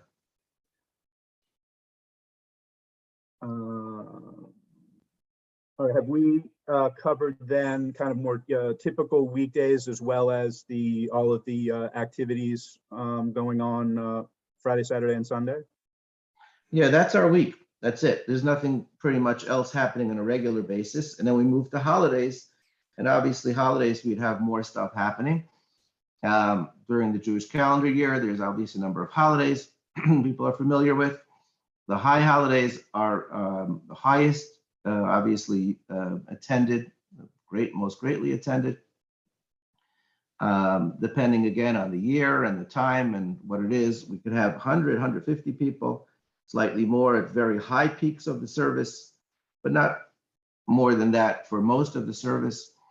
On the highest day, which is Yom Kippur, we'd have, it's obviously it runs for 24 hours with multiple services, lasts a long time. So you get people coming, highest point for an hour the evening before and an hour in, during the morning. So, exact numbers are a little difficult, but those are round numbers. So perhaps I agree, most people are generally familiar, but just for purposes of our record and for many people that might not. So when you refer to kind of the high holy days, in the aggregate, how many roughly are we talking about? Well, high holidays are 3. So there's 2 days Rosh Hashanah, 1 day Yom Kippur. The first day of Rosh Hashanah is better attended than the second. Yom Kippur is probably attended similarly to the first day of Rosh Hashanah. And those are the high holidays. Moving on, we have other holidays that are less well attended. During the services part of those holidays, we wouldn't have more people than on a Saturday morning. Those same 25 to 35 people. But sometimes those fall on Saturdays themselves. So if there's a weekday, that would mean that particular weekday morning, that's also a Jewish holiday, which is another few times a year. I can run through them if you want exactly, but we're talking about maybe another 6 or 7 times a year that are not Saturdays. We'd be adding to having additional services over our regular Monday or Thursday with 10. If that was a Monday or Thursday holiday, it would go up by another 15 people, 20 people. If it was a Saturday, then it's the same Saturday. Those are the services. People are not coming more often. More people aren't coming during the year because it's a holiday, except for Rosh Hashanah and Yom Kippur, for the services part. For the holidays, we also have celebrations. There are parties, like we have a Hanukkah party, we have a holiday called Purim, we have a Purim party. Those are held in the evenings. Can we go into what does that exactly involve? Right, so those are parties, plain and simple. We would serve food, people would get together, and and that is held in the evening for the very simple reason that people are either working or at school. And for those, we'd have 50 to 75 people or so, depending on the holiday and the time of year and the weather, et cetera. That would be our holiday celebrations. And are those gatherings that you just described, are those typically held indoors or outdoors? Those are held indoors. So by and large, certainly in the vast majority of the days that you've described, is it fair to say that that 25 on-site parking spaces would accommodate the people that will be visiting the sites for the vast majority of the days of the year? Yes, 25 spaces is much more than we would actually be needing on 95% of the time.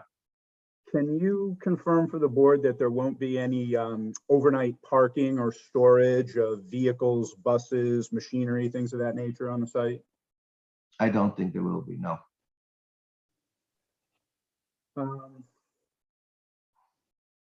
So the handful of times that you've described where you fully expect that there'll be more parking demand than can be adequately handled on site, have you considered means of addressing those eventualities and how to provide any additional parking that may be needed?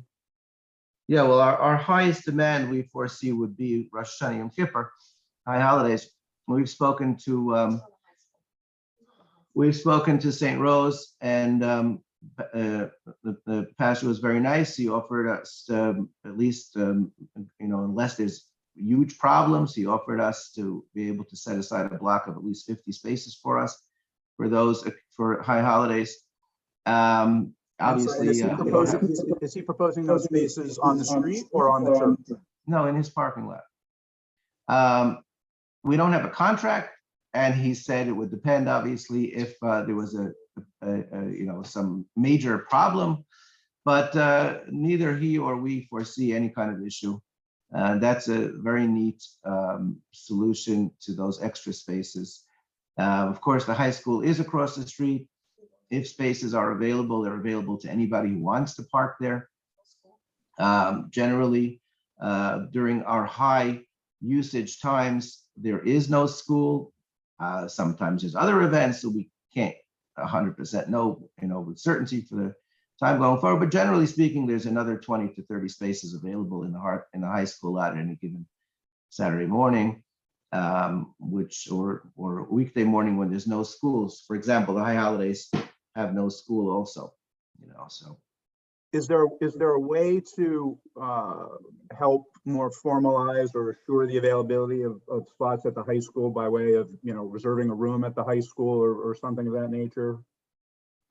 We can explore that. The Board of Education does not have currently a mechanism in place to formally rent parking spaces to any petitioner, to any group. They do have a mechanism, a very clear mechanism for renting rooms, which we have used and done and continue to do for different occasions and events.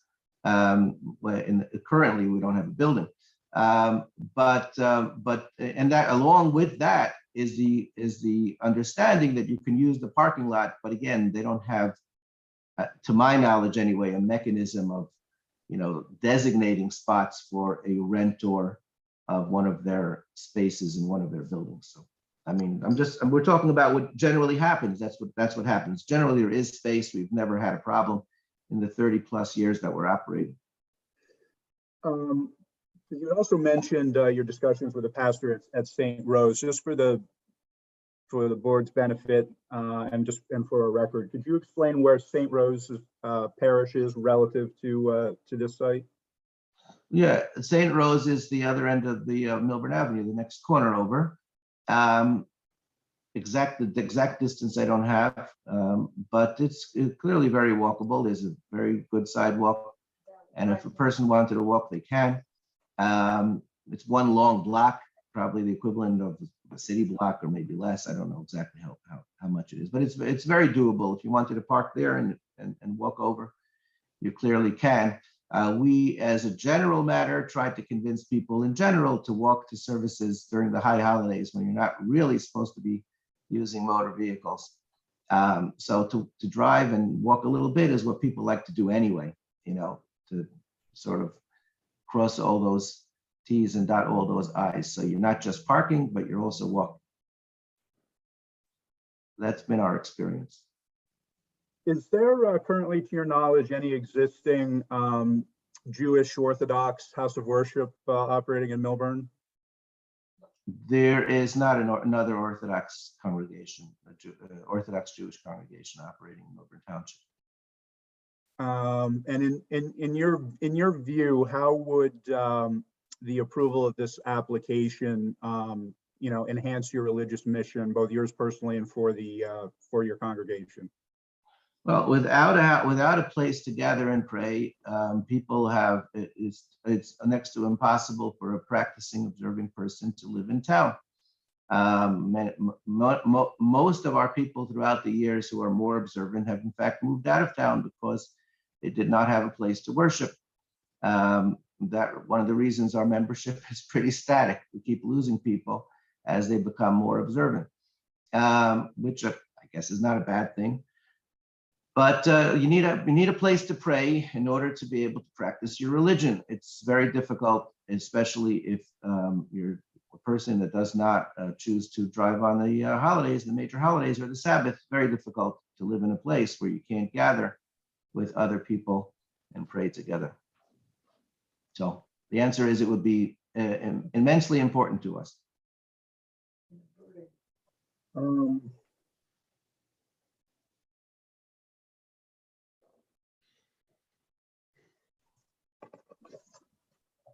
I don't have any further direct questions for the rabbi at this moment, but certainly reserve the right to ask any follow-up questions that may be necessary. Sounds good. Then in that case, anyone on the board have any questions for the rabbi? Go ahead, Rob. You're muted. Can I just follow up on just a couple questions, Rabbi? Good evening. In terms of attendance at the high holiday services, what are the numbers that you're anticipating? Our experience is that we have about 150. I mean, maybe at certain periods, some more, you know, but that's generally our max number, and that number is probably cut in half most of the time, most of the service. I'm talking about the peak times, you know, your shofar blowing on Rosh Hashanah and the Kol Nidre for Yom Kippur. You know, if you're going to have a service that goes, our high holiday service on Rosh Hashanah goes from 9:30 a.m. to 2 p.m. Most people will not sit through that service. So they'll come for an hour, they'll come for 2 hours. Some people will roll through, you know, the numbers will be rolling. People might come for the first 2 hours, other people might come for the last 2 hours. So that number is pretty constant number, and that's our experience. As I said, we're not operating, you know, we're not talking about a new congregation. We've been operating for many years in this township with the same people and in different locations as the need changes. We've rented space from the high school, we rented space from the middle school. We've met in one house, we've met in another house, but we've been operating with the same group of people for a very long time. And Mr. Levine asked you a question about other Orthodox Jewish congregations in Millburn. Does the fact that your synagogue is for the Orthodox community, does that impact parking demand? Well, our synagogue actually is not for the Orthodox community. Okay.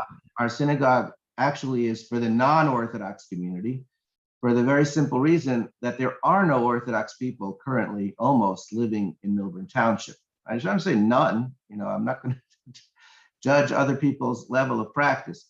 But if you're going to define an Orthodox Jew as a person who is strict about not driving on the Sabbath, strict about their dietary consumption, well, there aren't that many, let's put it this way. So who are our people? That is another reason that our, now me as the rabbi, I look like an Orthodox guy. And it's hard to hide that, which is scaring away a lot of people who are otherwise not Orthodox in their mindset. So that's another factor that tends to keep our congregation numbers, our community rather on the smaller side. So who is the people who attend our services, as you may know, or as some of the board members may know, anybody who attends our services will generally not be a total Sabbath observer, will not be a dietary observer, rather will be a person who either grew up in a more traditional environment and wants that traditional environment, or they want a smaller environment, which is why they come to us in the first place and not go to a larger congregation. But it's not correct to say that we service the Orthodox in town. Okay, yeah, right. I was just looking, I figured, I just, when Mr. Levine asked you the question about any other Orthodox Jewish congregation, I just wanted to clarify that for the record. Well, the reason that question is important is because our services are Orthodox. So what that means is once you walk inside our doors, once you come inside the building and sit down in the sanctuary during the service, if you look around, you would think that everybody sitting there is the most religious Jew. It's impossible to know who knows what and who practices what, because our service is very inclusive. So everybody knows exactly, which book to open or which page. Everybody looks like, I've had this comment from many people.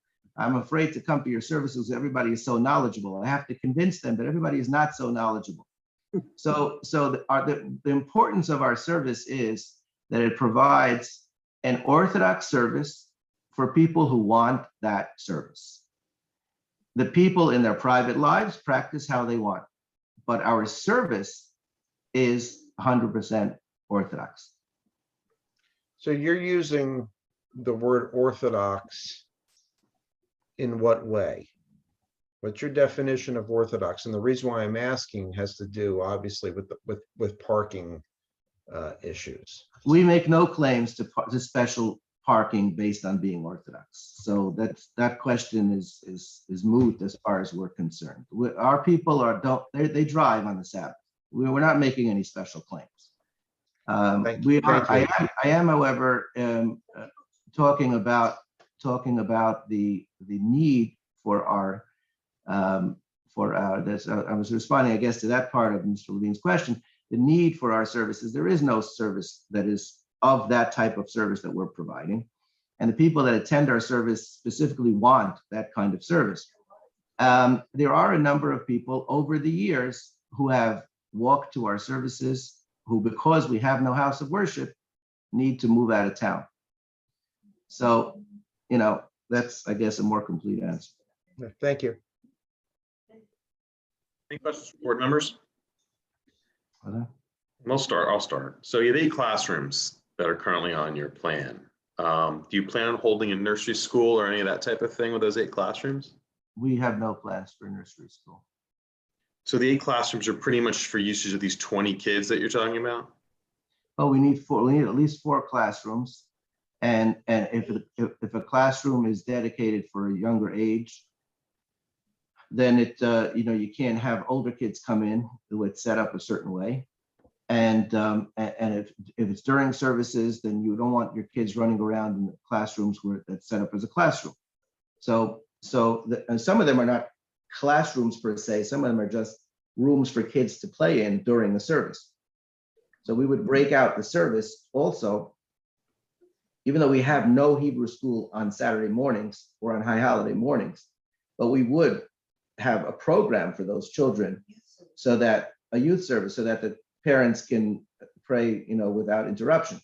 And those kids need a space. Now, currently, we don't have that luxury of having all kinds of rooms. But as we're looking to build a space, it makes sense to us to create spaces that don't burden us, but rather make our practice easier. How many people do you have in your mailing list currently?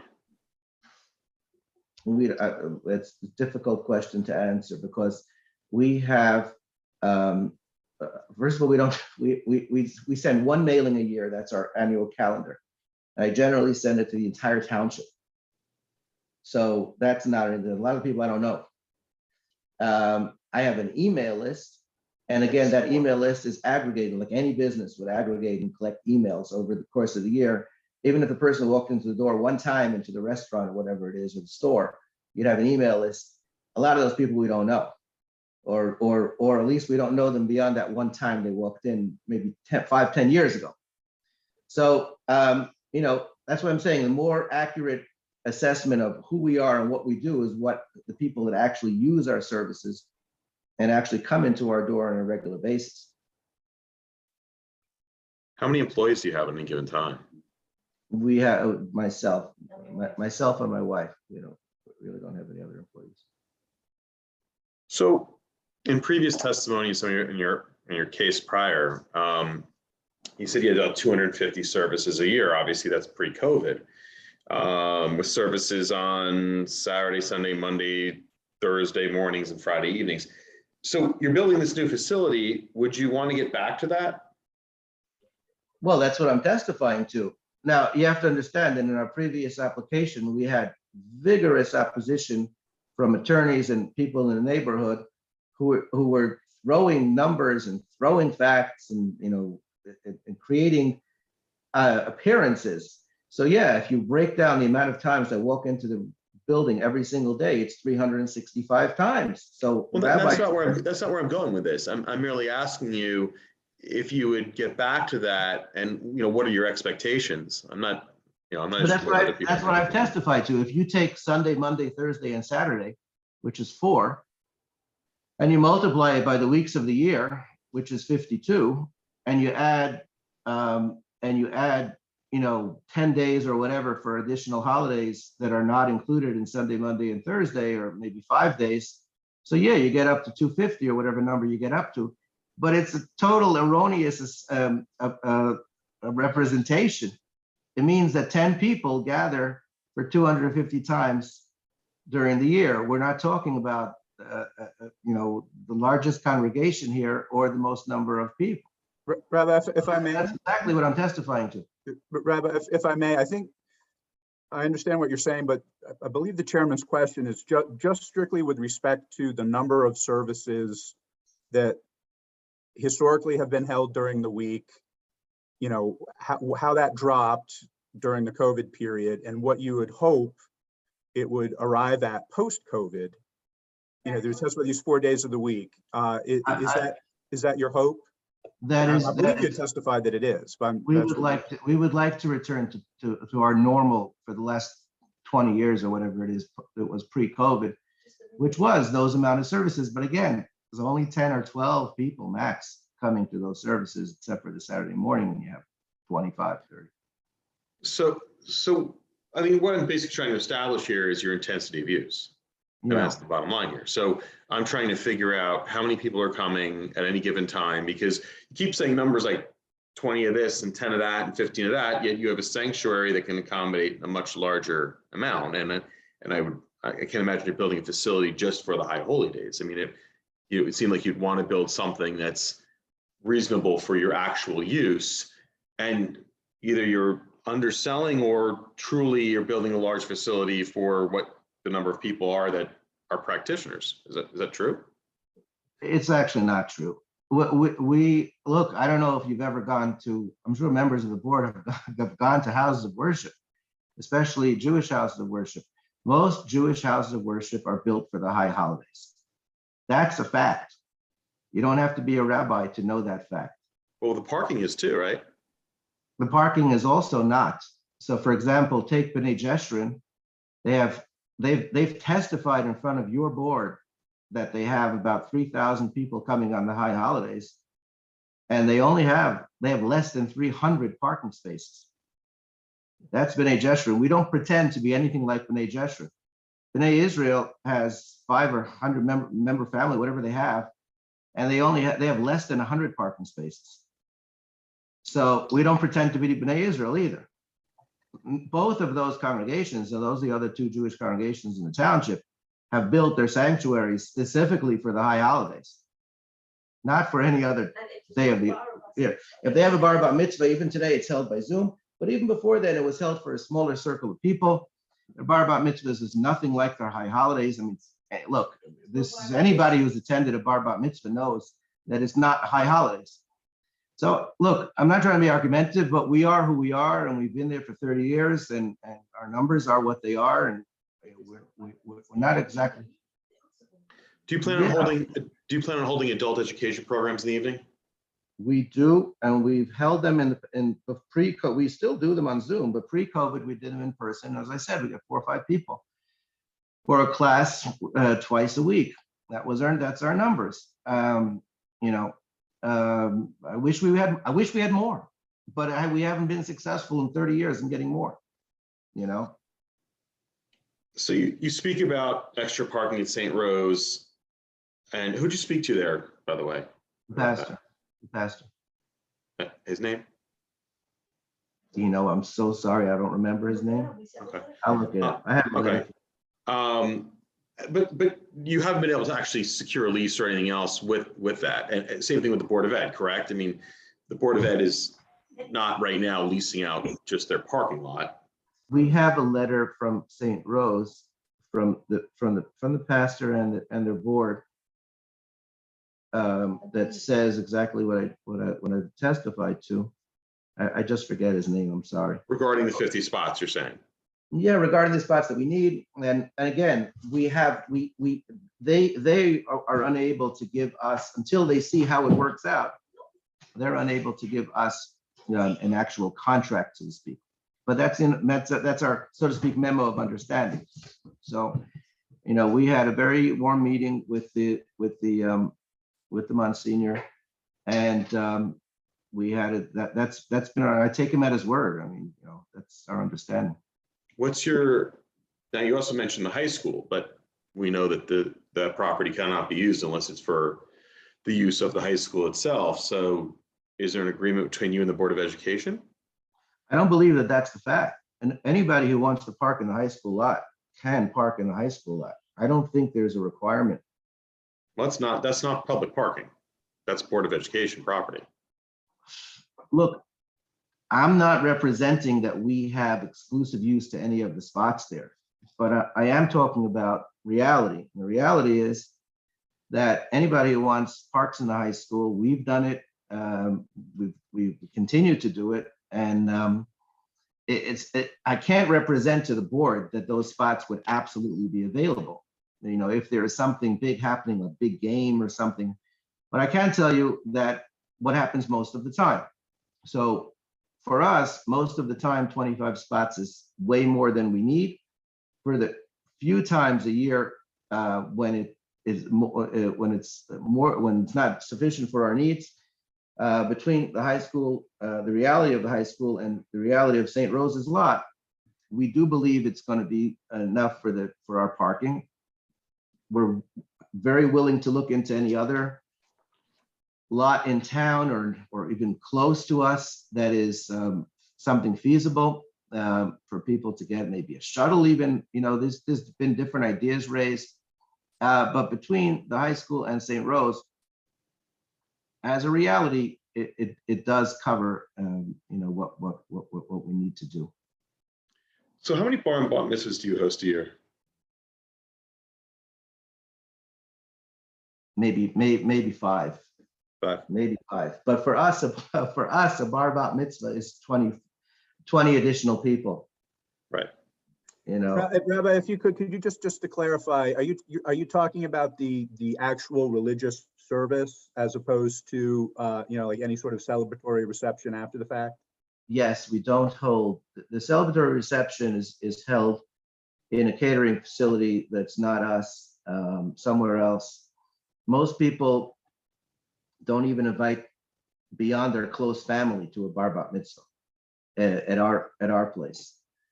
So, and they don't even stay for the kiddush brunch that we have afterwards for the congregation, because they've already booked a restaurant or a catering facility, and they are running away almost they don't stay for the end of the service because they have, you know, 1 o'clock somewhere else. So again, I mean, you know, if you're asking about how we run our services, it might be a little different than what the misconception is, or the true conception of other places, but that's not us.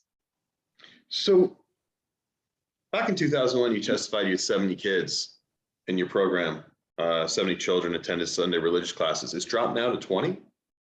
Yeah, the 70 kids were, first of all, the 70 kids were at rented space in the high school. Right. So at that time, we were renting space from the high school. After that, we rented space from the middle school. And the reason we had 70 and it's dropped to 20 is because just, the local situation with the other congregations, the two of the congregations in South Orange had a director that people didn't like. And that went on for a number of years. And those parents enrolled their kids. They didn't attend our services. They were looking for a Hebrew school. So we picked up probably 50 kids. Here's his letter. All right, we picked up probably 50 kids from South Orange area. But again, when eventually they changed their director, and those children didn't. In other words, the next generation of classes did not continue with us. So that's if we had 70 kids, we would be meeting again in rented space in the middle school or the high school. And that's what we've done. How many weddings are you hosting a year now? We haven't hosted any weddings in a long, long time. I married my own kids off, and that's about it. So, I don't. It could be in the last 30 years we actually had one wedding on site. And by a wedding I mean the religious part of the wedding. So, people have not been looking to us as a catering facility.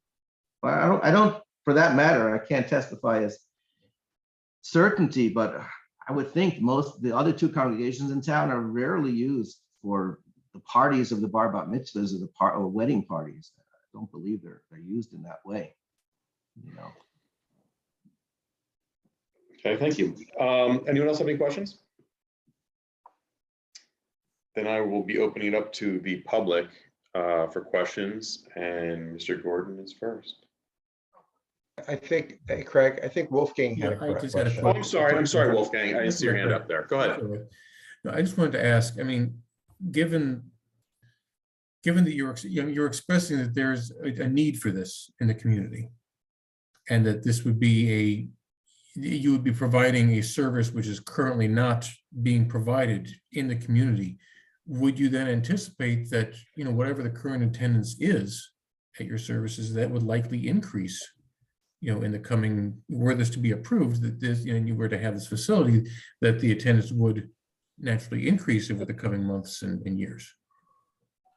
It's a tough question to answer. Look, it might stop the bleeding.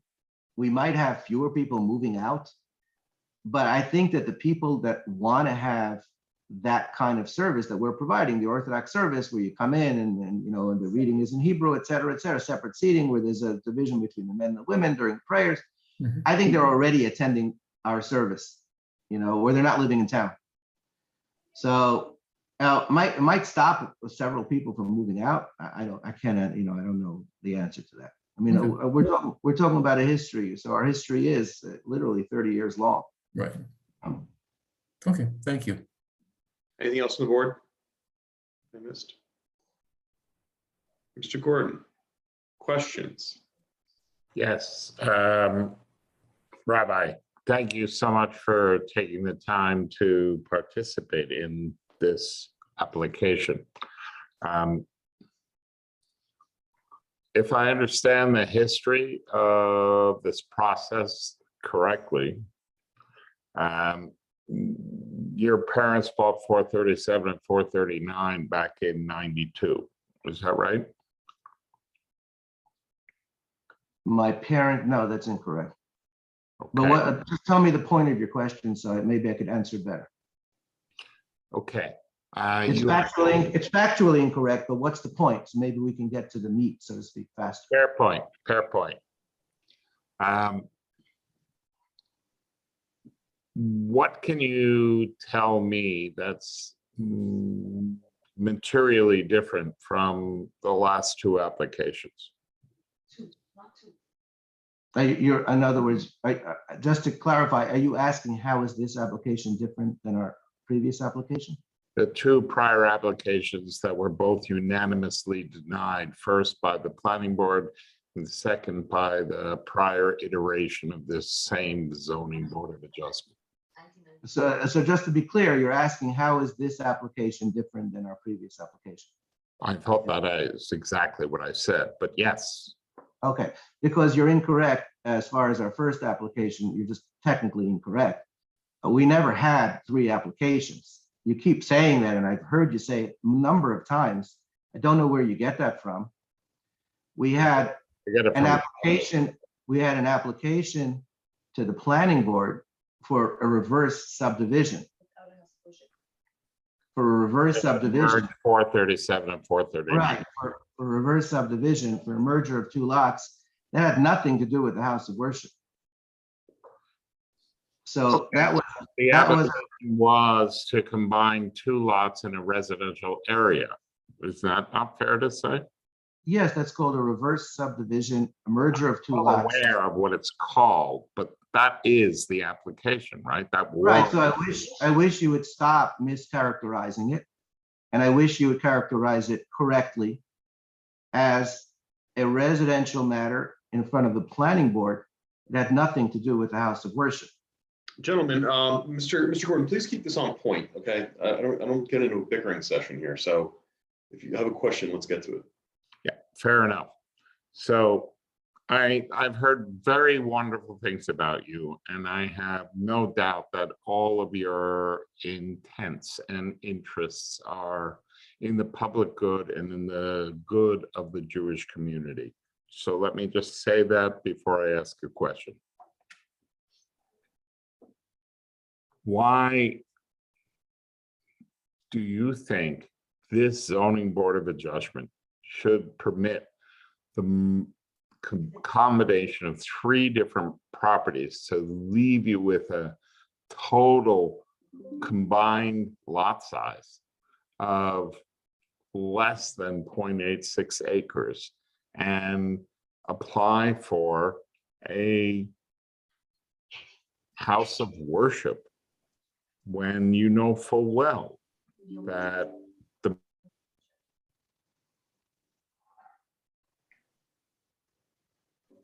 Looks like Mr. Gordon has left. Did we lost him mid-question. So let's see if he comes back. We're going to be moving on to Mr. Lama. I can respond to his question anyway. It's a very good question he's asking. No, let's wait. Let's wait to see if he comes back. I like let him be here. You should complete the question before you answer it, Rabbi. Yeah. Yes. Hello, Rabbi. My name is Solomon Lama, 438 Millburn Avenue. I have 2 or 3 questions. The first question is, do you think that a 1/4 mile is too far of a distance to walk to services for your congregation? No. Okay. And then how would people from who park at the high school get to the proposed property? I anticipate them crossing at the crosswalk, or if we needed, we would have a crossing guard. Where is the nearest crosswalk to your property? You know, I don't know, but I think the Ed Center has one. I can't be sure about that. It does not. It does not. So wherever the nearest crosswalk is, and if we had to hire a crossing guard, you know, we'd be happy to do that. So you would propose, just forgive me for redirecting the question. So you would propose to hire a crossing guard to cross people illegally on Millburn Avenue where there is no crosswalk currently? I don't even know how to begin to answer that question. I mean, there's so many suppositions. There's so many. I didn't bring it up. Ascertain whether whether it's illegal or not illegal when we haven't even identified where the crossing would take place. Well, no, the rabbi said they would cross in front of the Ed Center, right in front of the property. I'm just asking, is the proposed location there for the crossing guard to be, or at a crosswalk? That's a different question, but that sounds fine. Look, that it's a fair question. I don't know where the crosswalk is. We can definitely look into that. If there needs to be a crosswalk, I think the town should probably put a crosswalk in at that juncture if there isn't a crosswalk. And if we need to hire a crossing guard, again, we'd be happy to hire a crossing guard if that became a need. In other words, people actually started parking in the parking lot of the high school and there was a problem with people crossing the street and the cops thought, whatever, if anybody thought there was an issue. I would be, the first thing we're interested to do is make sure that nobody has an accident, God forbid, crossing Millburn Avenue. But again, if there's no crosswalk at that spot, I would think you as one of the neighbors should petition the town to put a crosswalk in. That's a prime spot for a crosswalk, right? Or is that spot? It is a county matter, but thank you. I have done that in the past. Just for the sake of knowledge, the nearest crosswalk is at Wells Fargo and at the high school. That's an issue. Look, it might be with all the apartments going in that the town will require something happening. A lot more people will be walking on the street than coming to our services in the next 2 years. And my last question, I ask this with all due respect. You mentioned that your style of services are the only style of services of that type here on Millburn Avenue. You also said that appearances can be deceiving. Well, you didn't say those words, but in essence, people walking in would not know who does what in the congregation or what kind of services you're having. Disregard that last part. That was unnecessary. But my point is, how do you know that you're the only type of facility that provides those services in town? That's the real question. Oh, I see. Well, there clearly is not another congregation that offers Orthodox services in Millburn Township. I'm not Jewish, so I don't know. So I'm asking you, how do you know? Right, that's the way it is. Like, right, if somebody told me that they were looking for a specific denomination of Christian services, and they said there is no such church in town, and I said, how do you know that? Because there is no such church in town. It's not something. It's not about a church because you're not an Orthodox house of worship. You just provide Orthodox services as you. Oh, you're saying, how do I know that there isn't another house, home worship service like ours somewhere else? No, any type of services that are provided either at a synagogue or at another facility that is similar to yours or the same as yours. You said that there's not, so I'm trying to understand, how do you know there's not? Right, I can only fair question. I can only testify based on my knowledge and belief, and that is my knowledge and belief. In other words, if somebody somewhere is holding a service similar to ours in a home somewhere, I don't know about it. And if I did know about it, I wouldn't be here in public saying that there is no such thing. So that's my knowledge and belief. Okay, thank you very much. We have Mr. Gordon, but it looks like he left again. Oh, no, I'm here. Oh, I'm sorry, there you are. Yeah. Why don't you finish up your line of questioning and we'll move on from there. Right, and I appreciate that. I apologize for the interruption. Bottom line is, I was just asking a question to the rabbi about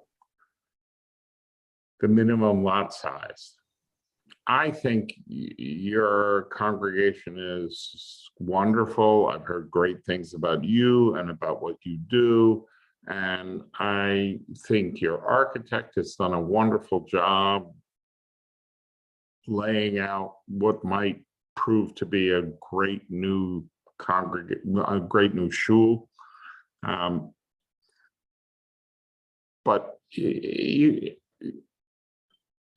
you're looking at a 0.8, and there's a lot of dispute about this, 8.4, 8.5, 8.55 acre lot, where the ordinance requires 3 acres.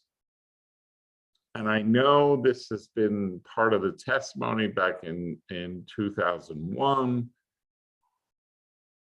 but you have to find another place to put it. Do you have a question related to this? Because yes. We don't want grandstanding. Why don't you put a house of worship on a piece of land that does not require an extraordinary variance? That's your question. That is my question. Okay, so that's a great question, and I'll tell you what my thinking is anyway. Listen, you've moved to town yourself recently, fairly recently, a year ago, a couple of years ago. So welcome to town. We've Thank lived you in very town. kindly, but I have to tell you, my wife has taught at Millburn High for more than 20 years. And she deserves lots of credit for being a teacher. It's an amazing profession, and especially teaching our local kids. I'm sure some of our congregants' children must have had her as a teacher. So that's a wonderful thing. Having said that, we've lived in town since 1992. And as I said, I was rabbi of the congregation, which was much smaller at that time, since 1990. And as you know, and you've said many times throughout the couple of meetings so far, and this is the third meeting, that this is our third try. You're correct, it's our third try, even though not at this location.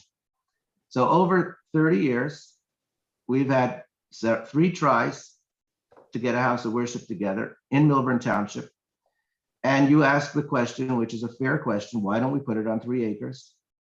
And the answer is, and I'm not testifying here as a land use person, but just as a person involved with the congregation for all this time, the lot doesn't exist in Millburn Township. There is no such thing. What the ordinance calls for is impossible to fulfill. There are 5 residential lots in Millburn Township that meet the requirements of the ordinance of the lot size. 5 in the entire township. 4 of them are contiguous to each other, 1 block. There are 11 existing houses of worship in town. Not a single one meets the requirements of the ordinance as written today. Not even B'nai Jeshurun, not a single one. We are asking for treatment similar to Wyoming Presbyterian Church. Was given 2 variances, even though they're on a smaller piece of lot than us, smaller size lot than us. And they have no parking on site at all. We are asking for a variance that was given to B'nai Israel. They have an undersized parking lot, even though they have a congregation that's 6 or 7 times our congregation. What we're asking for is the acknowledgement that in this township, it's impossible to meet the requirements of the zoning code, number 1. And number 2, accommodations have been made to existing groups, recognizing the need to worship and gather, and recognizing the benefit they provide to the community. It's a balancing test, obviously. But that's what we're asking for. If you ask me, what's my thinking? My thinking is we provide more benefit than detriment, and we can easily fit into the 0.8 of an acre, given what we do and who we are. So that's my answer to your question. Okay, so then let me follow up with a couple of more questions, Rabbi, if I may. You are aware of the fact, because you were an applicant, well, your family was at least, in 2001, and in 2002, in February, the zoning board made a conclusion that the property cannot sustain the proposed use. Do you think something has changed since then? And if so, what is it? And explain why. I think what possibly could change is the test that was not applied to us at that time, and that is whether we should be treated like other existing houses of worship. So existing houses of worship in Millburn Township are accorded the courtesy, as they should be, of allowing them to continue and to in fact grow. And we were not accorded that courtesy. We were not accorded that attitude. We were treated as some kind of interloping group coming in from somewhere that's going to change the neighborhood, where in the fact was that our people are local. We're not coming in from out of town. And they've been local for 30 years. So what should change is the lens by which we're examined. That makes all the difference in the world. If you put on rose-colored glasses, the world looks rosy to you. Well, the world does not look rosy to me. Neither here nor there. Let me Maybe ask you need to change your let glasses. me ask another question, Rabbi. Yes. So in 2002, the same board that you're before tonight made a determination that there's inadequate buffering and inadequate parking. What's changed? I mean, you're asking for variances that are less than 20% of what's required for buffering, and for parking less than 50% of what's required. So what's changed in terms of the application before this board as contrasted with the application that was before this board 20 years ago? Well, what's changed is 20 years. So if you asked me that same question about lots of different people moving into groups of people moving into different neighborhoods, towns that were previously closed off to certain kinds of people, and I would tell you what's the difference is time.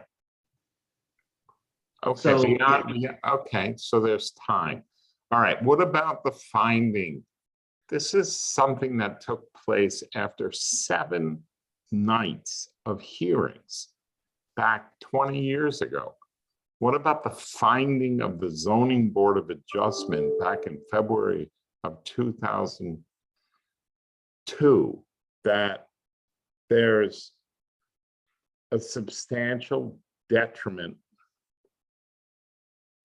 to the public good by Can you combining explain- can you- these lots Can you, and let me having ask house you a of question. worship on Let's a keep it 24 to questions and answers. I don't want this a banter back and forth. Yeah, let me answer the question. Can you explain to me how the same board that found that our application was not compatible because it did not have proper buffers and enough parking, the same board found that another house of worship application in the same township actually was better off with no parking when they offered to make parking? Rabbi, I have to And that- apologize, but you have to just answer the questions that are posed to you, please.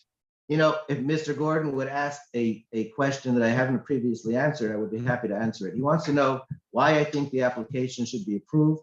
And that's why I think the application should be approved. I think we're asking. My question, Rabbi, I'm sorry, my question is slightly different. My question Yes. is, what is different about this application from the prior two? Okay. And by two, I don't mean. Okay, so maybe. And I'm not finished with my question. So back in. Well, no, Mr. Gordon, ask the question very succinctly. You just asked an actual good question. So stop and let the rabbi answer the question if he can. Yeah, let's go with what you just asked. Start with that. Let me that's a fair let me question. just withdraw that question and ask a new one, and then I will relieve the rabbi of my annoying cross. No, but I'd actually like to answer that question. That's a good question. Can I answer that question? Sure, please do. All right, thank you. Our current application is different in dramatically than our 2001 application on this same 0.8 thereabouts piece of land, in that it actually addresses every one of the concerns that possible for a neighbor to have. It doesn't answer or create additional land space, but it actually addresses those concerns with buffering, with taking the driveway and making it accessible to cars coming in and out, creating spaces where people making the entranceway from the cemetery side. Our previous application took our existing house the way it was, which to begin with wasn't really usable for us, but we said, well, listen, we're not going to be that bold and ask for a new building. But the way it was set up it was not optimal for the neighborhood and definitely not optimal for us. This application actually goes through the concerns that you and the other neighbors are raising, and it actually addresses them. Now, again, is it 3 acres? No, it's not. Does it have 100 feet of depth from the front yard? No, it doesn't. But our contention is that we've done at least a fair job, in our estimation, of addressing the actual real concerns rather than do you meet the dot the I and cross the T of a law that nobody knows the reason for. You know, you keep saying 3 acres. You know the 3 acres. reasons for this. You law. don't know, you actually don't. Now, let me answer that. Not only do you not know the reasons, the planner who drafted, and we'll introduce that into testimony. The planner who drafted the ordinance also didn't know the reasons for 3 acres and all the list of things. So you definitely don't know the reason. The one who drafted the ordinance back in 2015, 9, 10, or 11, whenever the new ordinance was drafted, did not know the reason for any of the things, and that's in his testimony, not mine. And we will introduce that. And not to mention, he also did not know how many of the existing houses of worship comply with his new ordinance. The answer to that question was 0. Well, So let's move on from this. Mr. Gordon, do you have any other questions? I have one final question. Go ahead.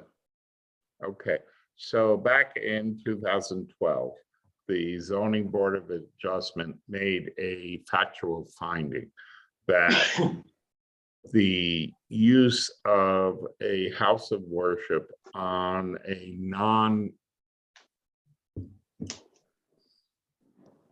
agreed upon combination of 3 lots would, quote, represent a substantial impairment to the zone plan and the zoning ordinance because of the minimum lot size of 3 acres. You're aware of that, correct? Mr. Gordon, hold on. If you're going to ask the rabbi a question of that nature, you need to enlighten him as to what you're referring to. Okay, fair enough.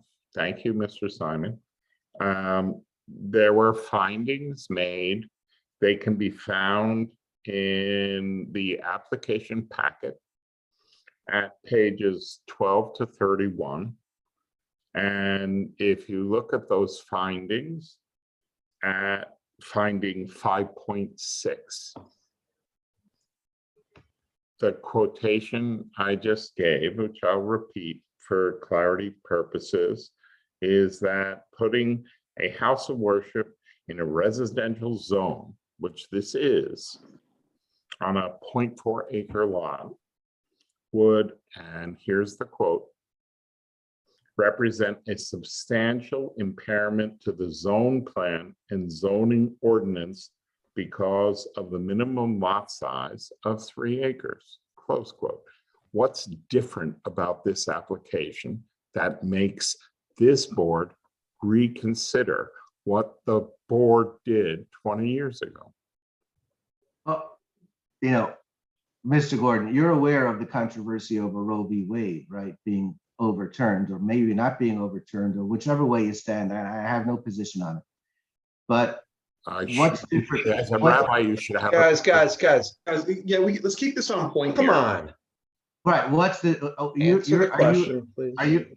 What our belief is that this board is not bound by the precedent of the previous board, and that if this board wants to re-examine the premise of our application and disagree with the previous board's conclusion, they have every legal right to do that. And I'm not a lawyer, and I'm not trying to rule here legally, but that's my understanding. That's why we're bringing this application. We're hoping that the board will, looking at the same set of facts, re-examine, look at the need of the community need, look at the application that we're putting in, which is very different in the fact, and as I said, in the way it addresses the parking and the additional parking and the way the buffering is and the way the grading is. It's just a different application.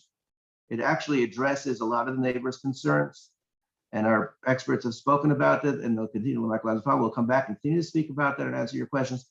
But that's our ask to the board. Our ask is, look, here's what we're doing.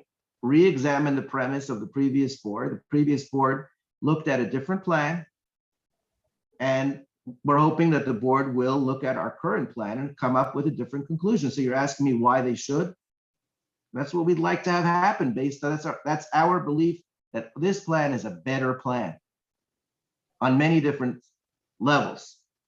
Better from parking, better from buffering, better from the building, better from the entrance to the building. Just a better plan. So, you know, again, the board can agree or disagree.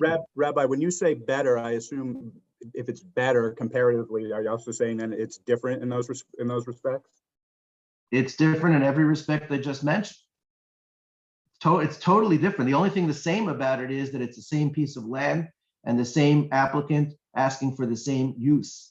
But otherwise, the buffering, the entranceway, the driveway, the amount of parking, the type of structure, the building, the way it's located, where the services are being held was previously closer to the street and closer to the neighbors. Now it's moved in a different space. It's just a totally different plan from every aspect you can mention, except for those two. Yes, the piece of land is still the same, and the people that are asking for the relief are still the same. Aren't you asking for a higher parking deviation to that end? We're asking for a parking deviation from a house, from a size of building that requires more parking based on the ordinance, but not based on our use. So in fact, if our standard use is 15 to 20 cars, our standard use really is 10 to 12 cars. Let's assume you have a couple of extra people that come. So our standard use is 15 cars. Our previous application provided for 15 cars. That's tight, because if one more person comes, there's nowhere to park. But we don't have more than 1 million of people. You know, we have 2-3 people over 1 million, and that's if we're lucky. So now we're providing 25 spaces. So yes, it's a greater deviation from the size of the building, but that's only because the ordinance changed. But isn't your impervious coverage increasing by more than 25% from your prior application? You know, I don't know the number, but if it is increasing, it's because our parking lot is bigger, but it's still less than what the zone allows. It's not over what the zone allows, you know, so we're not asking for any special recognition as far as our impervious. And So by us providing the 25 spaces, I'm just explaining to you what my thinking is. You're free to disagree, but that's our thinking. So by us providing 25 spaces, which is about 10 spaces more than we need 95% of the time. It's true the building, based on the current zoning code, requires X number of spaces, 52, whatever the number is. But that, again, is a number that's not based on our use. It's an arbitrary number. It's a number that Wyoming Presbyterian Church doesn't meet. It's a number that that a lot of the houses of worship, if not all, do not meet. Okay, in other words, residential buffer is less than 33%.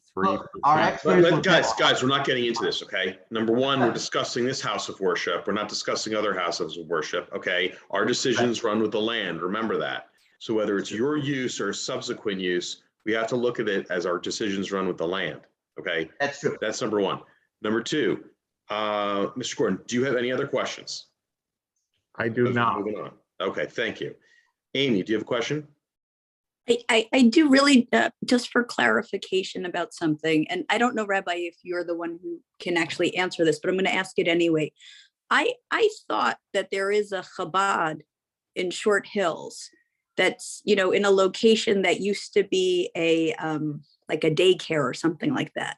And I only asked to the point there was testimony given about, you know, other, I don't know how you compare it to the Chabad, but alternate locations, because I recall that being like a daycare and then it was converted to a Chabad. Is this something you can comment on, or is that not? I can comment on it. It's not our application, but I will tell you, and this is again my knowledge and belief, as I'll put it that way. They were operating out of a house in Short Hills. They tried to get approval from a previous zoning board to build a building across from Giro Park. They were denied, and they had to actually move out of town. Now they didn't. They never went to a vote. They actually never went to a vote. never went to a vote, right? They saw the way they saw the way the temperature of the board was going, and they chose to withdraw their application. They opened up in the old Don/Tudor time, which is Livingston.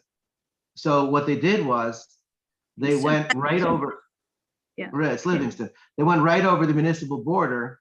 They're bordering Millburn Township, and they asked, to your point, they asked Livingston for a variance because Livingston also requires 3 acres, and they got the variance from Livingston because they're only on 2.5 acres or 2 acres, something like that. So That's I thought that they were in Short Hills, but that clarifies that. Thank you. they call themselves Kilbotter Short Hills, and they're a wonderful group of people, but they're not in the township. Got it.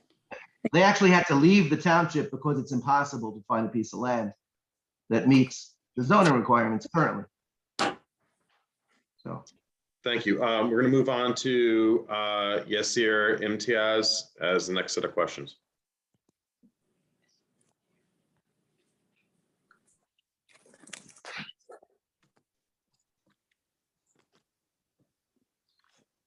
Thank you, Mr. Chairman. This is Yasir Imtiaz from 9 Bardwell Terrace. Just a quick comment, Mr. Chairman, if you would allow me, just quickly. No comments right now, only questions. If you have a question for the rabbi, please You know, ask it. that basically it is the board responsibility to make sure that sanity of the housing zone is intact. That's my only comment. Rabbi, respectfully, where are you right now? I mean, where are you doing all of your services and activities as of this moment? We are meeting at 1 Jefferson Avenue off Old Short Hills Road. Okay. So, and you mentioned about the student classes in your existing facility, and you expressed your intention that you continue to do so in this proposed facility. Is that right? Yes, that is our intention, yes. Okay. Is this a full-time school, like kids come in like at 8:30? I don't know what time come, but I'm just making up like at 8:30 and they continue to be in the school for the next 6-7 hours. Is that so? It's a Sunday morning only school. It goes from 9 a.m. to noon. 9 a.m. to noon. Yeah. And, I'm sorry, you made some comment? One day a week on Sunday morning. Sunday morning. One Sunday day. morning. Sunday morning, right. And how many students do you have right now? We have about 20. 20. And if you think that when you will move to this new facility, this new location, this number will increase, it will stay the same, or it will go down? What is your expectation? We anticipate staying the same. And why is this so? Because the families are the ones who have the children, and the number of families I don't think will dramatically change. Okay. Mr. Bai, you did mention in your testimony that one of the reasons that you want to move to this new facility is because people don't find enough space, so you want a bigger space so that more and more people can come. If that is your expectation, so why don't you think that the students will not increase? I actually never said that. I don't know You why. did say that. I think you did mention that. One of the reasons. I actually didn't. I actually said the opposite. We have 2 breaks, if you were, on the families who join us. At least 2 things that stop additional families from joining us. Well, first of all, you have to be Jewish. Fine. So once you're Jewish, we have 2 breaks, 2 things that stop a family who is Jewish and looking to join a Jewish house of worship from joining us. Number 1 is we have a separation between the men and the women during prayer. That is an Orthodox Jewish practice, practiced by Jews who practice Orthodox Judaism all over the world. That's the way it is. That's the way it's practiced. Most families in the township don't want to pray in that setting. That's problem number 1. Problem number 2 is me, the rabbi. Most people don't want a rabbi who looks like an old Hasidic Jew. That's the way it is. So I'm lucky I get anybody at all to show up. So I don't anticipate all of a sudden a big run, even if we had a wonderful, nice building. I don't know if you're aware of how many houses of worship have sold in the general area in the last 2 years, 3 years, 4 years, because their membership wasn't what they wanted it should be, even though they had a beautiful building. You know, this is the way it is. So, you know, that's my representation, that's my belief, and again, that's our history. So I don't know why you think I represent it otherwise.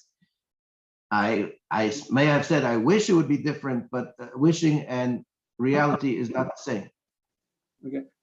Sir, you did mention that there are 3 high holidays where generally the participation, not only in your center, but other congregations is also generally very, very high compared to other holidays, right? Yes. And these 3 holidays, high holidays, are only just one day, or those are our number of days where people like Yom Kippur is maybe the one day, and then main day, but then you have before and after the high holidays, you have other days as well? Right. So the high holidays are over 3 days. One is 2 days back to back, and the other is another day 10 days later. Okay. In September. In all those 3 days, you expect that the participation will always be 100, 150 somewhere. At the high point, the best attended service. Usually it's less than that, but at the high point. Right. And when you design your architect, there is a sidewalk coming in from the Bardwell Terrace, right? And we all know now that for a fact that this proposed site is asking for only 25 on-site parking spots. So you will accommodate the rest of the guys somewhere. And so your expectations by designing this pathway is that people, when they are parking some other areas, they will use that entrance from the Bardwell Terrace. Is that your expectations to keep that walkway? No, actually not. Our expectation is that people will begin to actually walk to services. So we have a number of people who live, let's say, for example, in the South Mountain area, and they actually happen to walk. They're some of the few families that actually walk to services. So if these families from South Mountain decide to walk to services being held at that corner, they would not go up the driveway, which is dangerous to begin with. Why would you want to walk up a driveway where cars are driving? And it's also the incline is steeper. It's better to walk up the sidewalk and walk into a pathway. You understand? So our expectation is that people who would want to walk, and as I said, we currently do have a few, not that many, but a few families that do walk, and they would use that walkway.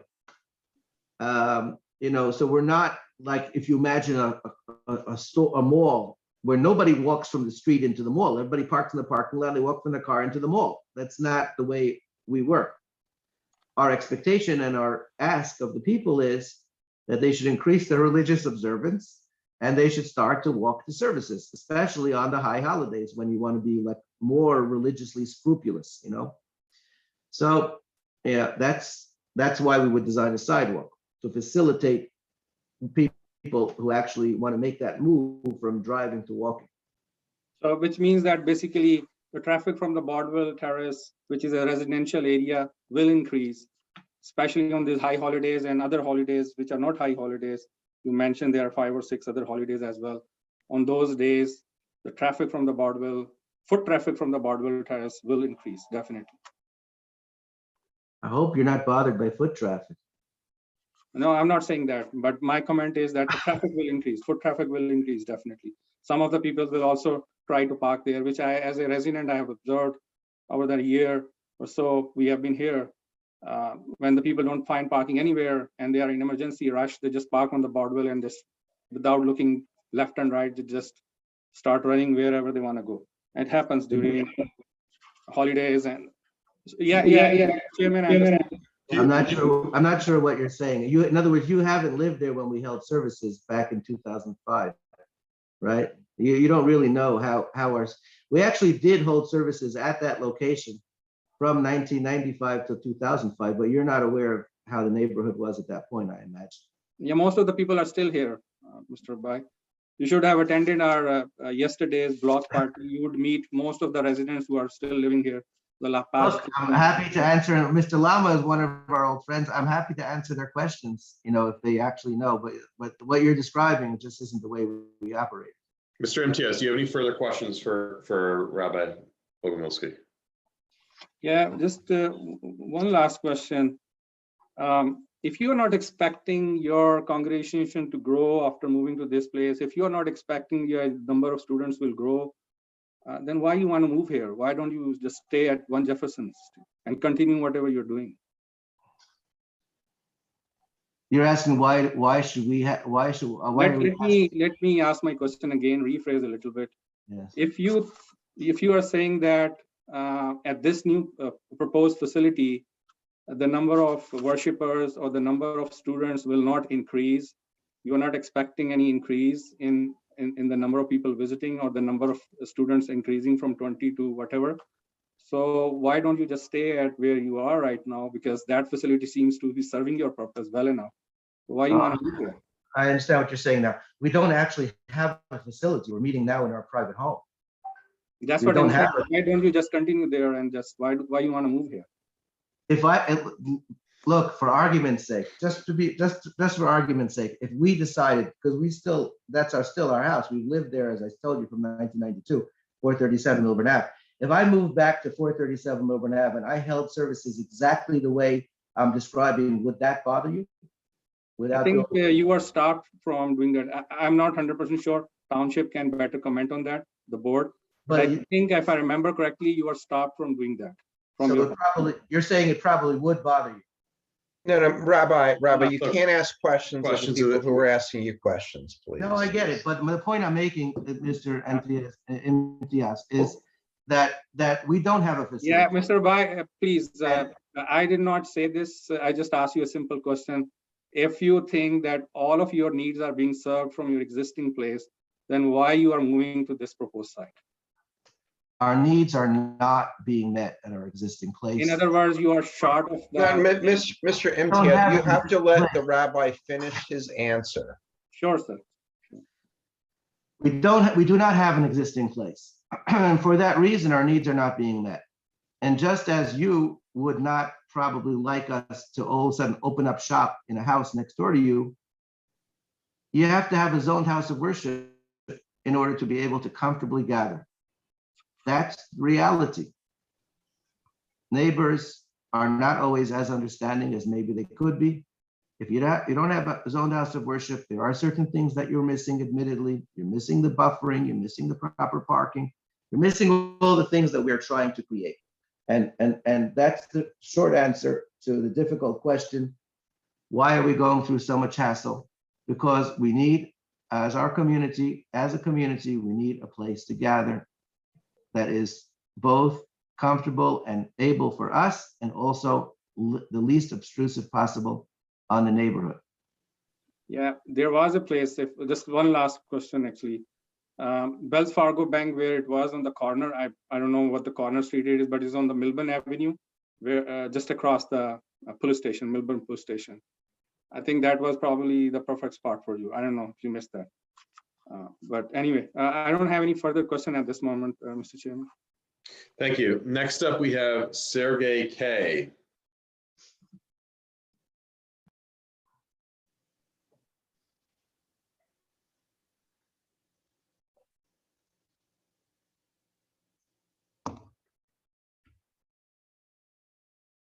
Rabbi, thank you very much for the testimony. Just a couple of follow-up questions for clarification. You mentioned that over the years, there were no available lots that did not require this level of extreme variance that currently you're asking for the 3 combined houses that still are less than 1/3 of the variance expected for the house of worship. Did you actually make an earnest effort to find houses that are at least over, let's say, 2 acres, or find lots that are over 2 acres? You know, you bring up a very painful subject. In fact, I disagree with the first part of your statement. I never said there were no other lots over the last 30 years. I said there are 5 lots in town and that's it. But we made 2 very good faith efforts to acquire 2 different lots in 2003 and 2004. The township actually almost changed their ordinances on us in order to prevent us from doing that. It was a different era in the township and a painful era and politically. And I'm happy to introduce that testimony if the board wants to hear it. I mean, I thought we closed the door on that already, but there were 2 lots that we were in contract with or almost in contract with. And because of actions taken by members of the township committee, we lost those lots and they were subsequently subdivided. And the people who subdivided them had a lot of problems eventually selling them because they weren't normal subdivisions. So the answer is, over 30 years, it took me a long time. So we have a long memory. We're not here as a group since yesterday. Our group started in 1980, 10 years before I was involved. So we've been meeting for 42 years in the township. Well, the reason I'm asking is because maybe just as a naive non-realtor, just as you were providing testimony, I just happened to check realtor.com and Zillow.com, and at any given time, including just at the present moment, there are houses for sale with 2-3 acre lots in the Millburn proper. Is that right? So again, I am not in the profession of selling houses, but it just seems a bit striking to ask for such extreme level of variance as what is being asked for this corner combined lot of 3 houses when there are clearly lots of sufficient size. But are you representing to the board that there are lots at any given time, lots of 2 and 3 acres? I can, if you would like me to quote the precise addresses, I have it pulled up right now. I don't know that the board really cares, but I'm more than happy to quote the addresses. Or if you would like to check the listings.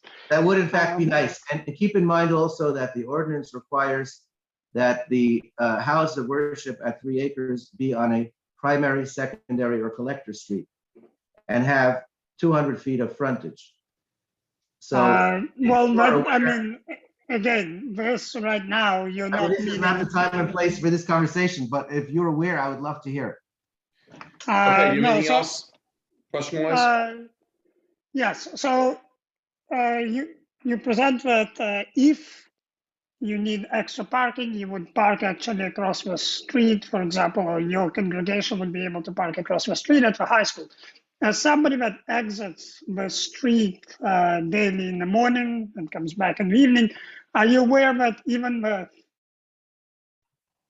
so currently, from what I understand, the parking spots at your house here on the corner is being rented out, and there are maybe a dozen or so high school kids that rent your spots, or I assume they rent, or they borrow otherwise your spots in order to attend high school.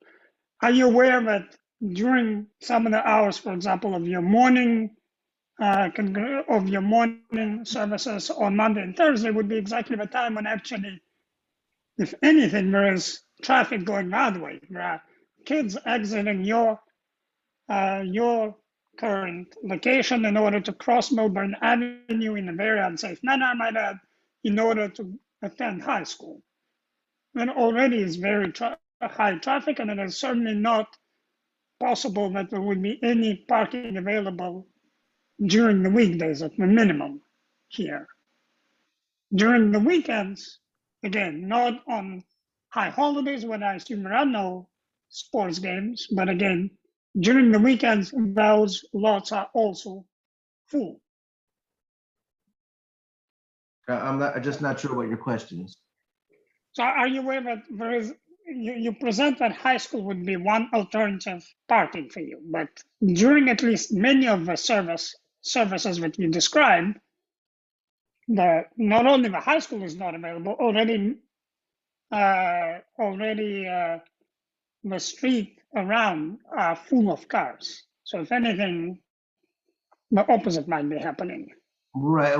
I'm not really sure what you're asking about, but we are not representing that we would have a need for parking on any kind of constant basis. Basically, it would be high holidays 3 times a year.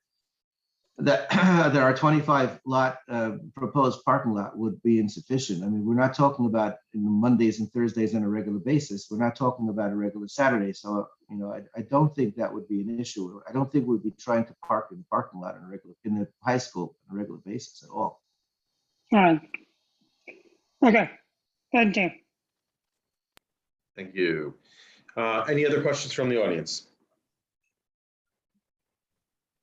So I have one last question for you, Rabbi. So you're currently operating your Chabad out of 1 Jefferson, is that correct? That is correct.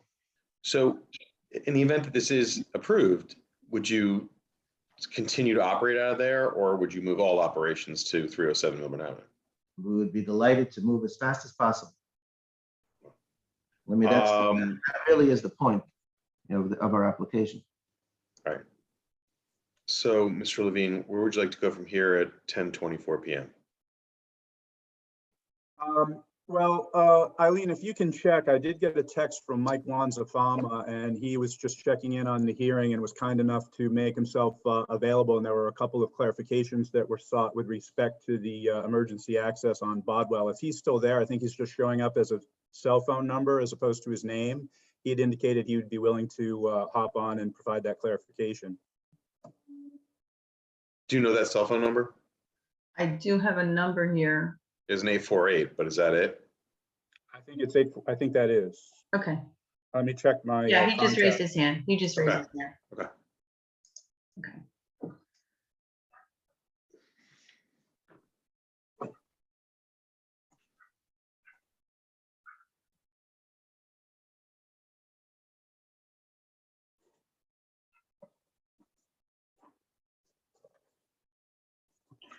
There he is. Michael, thank you for joining us. You're welcome. You're a very conscientious team member, for sure. I don't know how much of it you heard. Sorry, I'm sorry, Mr. Levine. Mr. Lanzafama, good evening. You understand that you remain under oath from prior hearings? I acknowledge that, Mr. Simon. Yes. Thank you, Mr. Levine. Thank you. Thank you, Mr. Simon. I don't know if you actually were on to hear the questions, but they centered for the most part around the details with regard to what your site plan shows as an emergency vehicle only secondary access drive that leads out to Bodwell. That was not shown with any detail or particularity on Dan's renderings.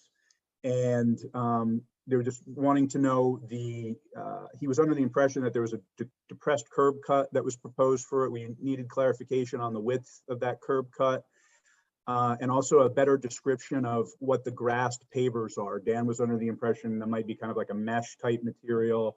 Quite frankly, I was under the impression, I think the chairman in my eyes described it a little bit more accurately, that they're kind of separate individual pavers that grass grows up between to kind of provide a stable base, but make it more pervious and more lawn-like. So, and also I had indicated you provided testimony before that there's a proposed gate that would limit access in order to ensure that this was not an actively regularly used driveway, but just strictly on an emergency basis. So if I missed anything, I'm sure the board members will. No, you covered it very well, Mr. Levine.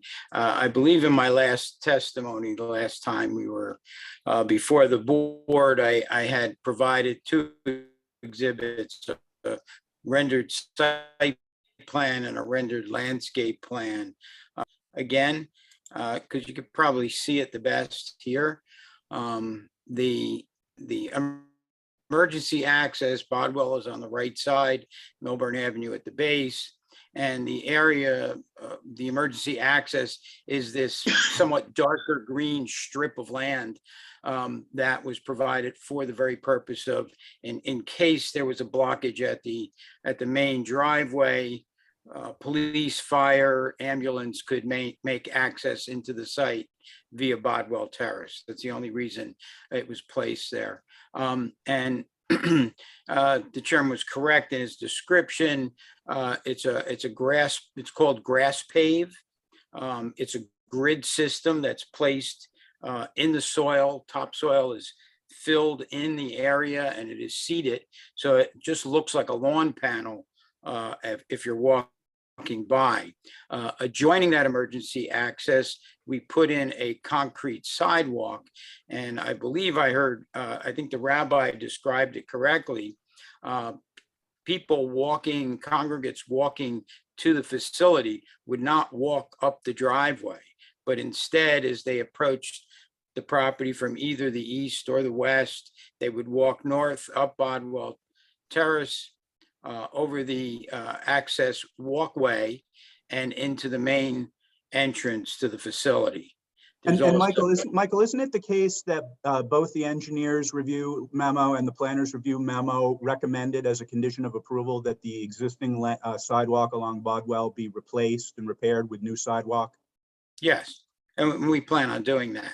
But the purpose of this walkway, I want to make it clear to the neighbors that the purpose of this walkway is not to facilitate people parking on Bodwell Terrace. It's to facilitate a safe means of pedestrian egress into the site.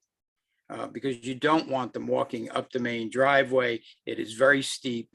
The approach up Bodwell Terrace is a softer grade, and this is much safer to come into the site via the sidewalk along that northerly side of the building. There's a dense screening proposed on the north side as well as on the east side along Bodwell. I believe Dan's renderings depicted that very nicely. There's a dense evergreen screen, some flowering trees as well. The building is set back 40 feet. So there is quite a bit of buffering that occurs between us and that northerly property line. And Michael, what is the width of the curb cut? The width of the curb cut will be about 12 feet, just enough for an emergency vehicle. And I know one of the sheets of your plan set, it's not highlighted here, but one of the sheets of your plan set that was submitted with the application was the existing conditions, correct?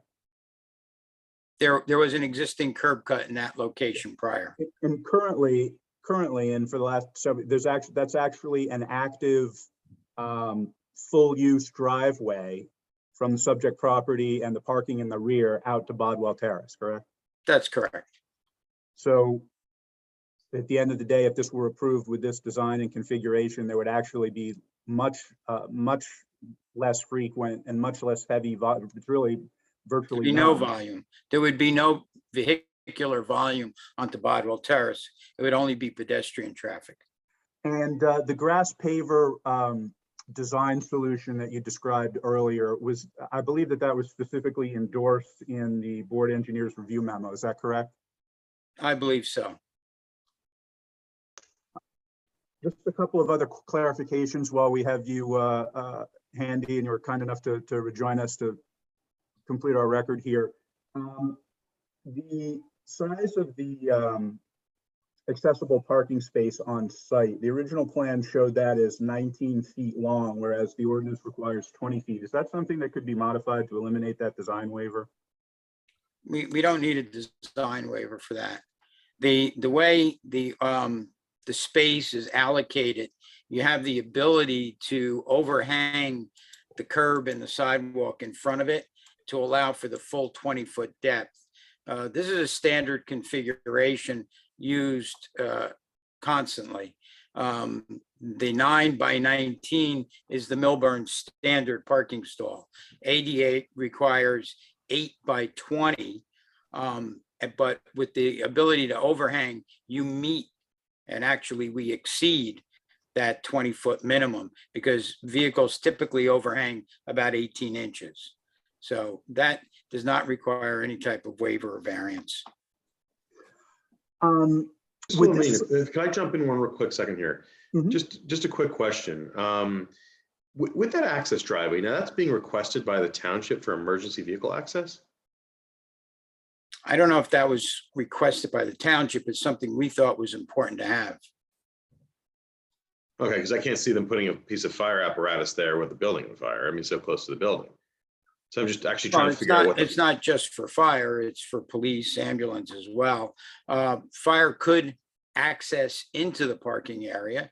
If there was a vehicle fire, for example, the truck might want to come up this route if this were blocked. And that is a depressed curb right at the end of that. At the end of that.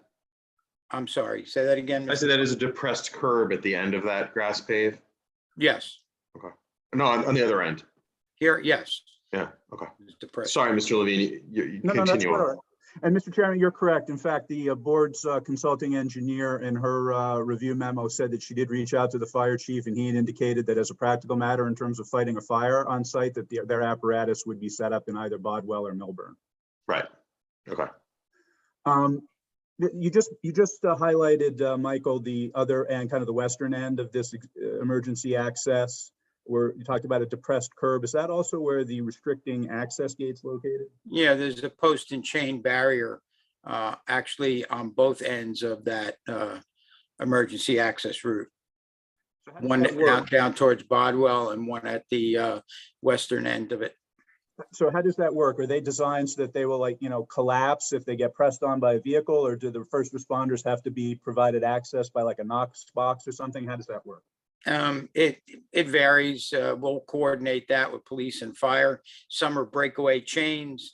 They could simply drive through them. Sometimes we provide a Knox box. Would this site be able to accommodate any make-ready spaces for electric vehicle charging? I know that that's kind of in vogue, and ordinance statutes have been in the process of being revised to contemplate that. Is that something that's viable at this location? Yeah, at any location. You just have to run the electricity out into the parking lot. That's not a big deal. And to the extent, so you commented on the landscaping plan, and it's shown in detail on your plan. Would the applicant and your office be willing to work with the board's planner with regard to making any appropriate modifications to that plan, as they may recommend, whether it's changing species or planting details or what have you? Certainly. We had looked at his memo. I believe he had asked for some additional foundation plantings along the northern edge, and we would be happy to do that. And would that extend to any comments that he may have with regard to the buffer plantings more to the towards the site's perimeter? We'll coordinate with the planner and the landscape architect for the municipality. But what we've done, we feel is appropriate, but we can certainly coordinate with them. Thank you. Again, Mr. Chairman, I think that was all of the cleanup items that I can think of and am aware of. Yeah, that sounds about right. Anyone on the board have any questions for Mr. Lanzafama? Anyone in the audience have any questions for Mr. Lanzafama? I see two. So let's go to Mr. Lama first.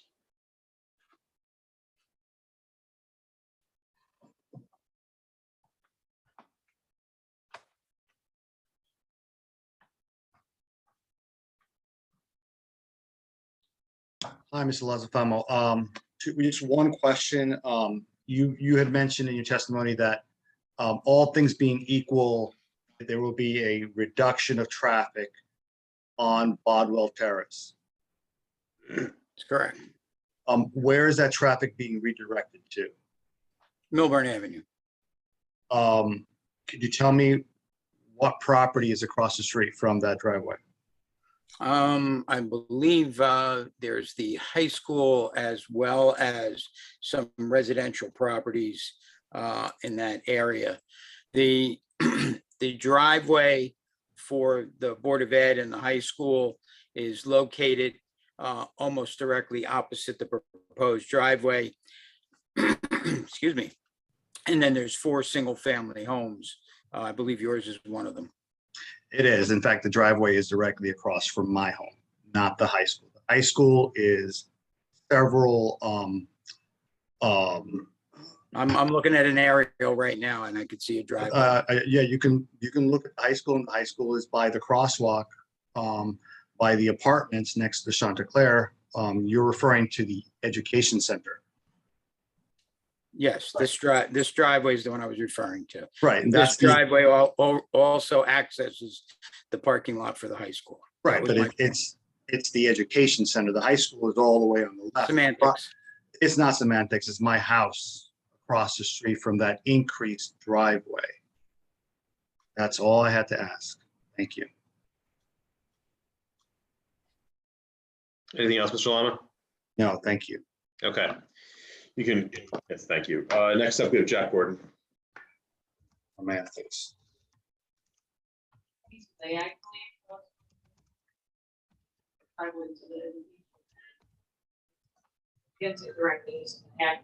Mr. Lama, if you could mute your Zoom, thanks. Mr. Gordon, go ahead. Sure, yes, I appreciate you taking the time, Mr. Lanzafama, although I understand you get paid by the hour to do this. It's all. But I mean, the bottom line is you're looking to get this board to approve an application where you've got less than 30% of the ordinance's requirement for acreage. Is there a question, Mr. Gordon? Yeah, there is. I just don't understand, and I'm trying to start the video. There we go. Okay. I don't understand why this is so markedly different. I just am at a loss. So the lot was and is less than 30% of the required space for a house of worship. Is that right? Correct. Chairman, if I may. Yes. Mr. Simon, in a prior hearing, did a very good job of outlining all of the elements of res judicata, and we provided expert testimony from two different witnesses, our planner, John McDonough, as well as Mr. Lanzafama, with regard to any differences in either the proposed application or the surrounding neighborhood that, in their view, would render this a different application that would get us over the res judicata bar. There was extensive testimony. Both witnesses were subjected to extensive questioning as to this issue. The board has heard that testimony and is reserving judgment on it, but I would suggest that it's not productive to retrace that same ground at this Yeah, point. let's get to something that's substantive to Mr. Lanzafama's recent testimony. No doubt about it. And I really appreciate the fact that Mr. Simon encouraged the board to look at this application anew, despite the procedural history here. So we have parking that is less than half of what the ordinance requires. Is that true? Yes. Okay. We have impervious coverage that's increasing from the prior application by nigh on 25%. Is that true? Yes, but as we've pointed out, it's compliant. Want the yes It's or no? compliant with the ordinance. It's compliant with the ordinance. So yes, that is a difference between the prior application, Right. but it's okay. still compliance, does not require a variance.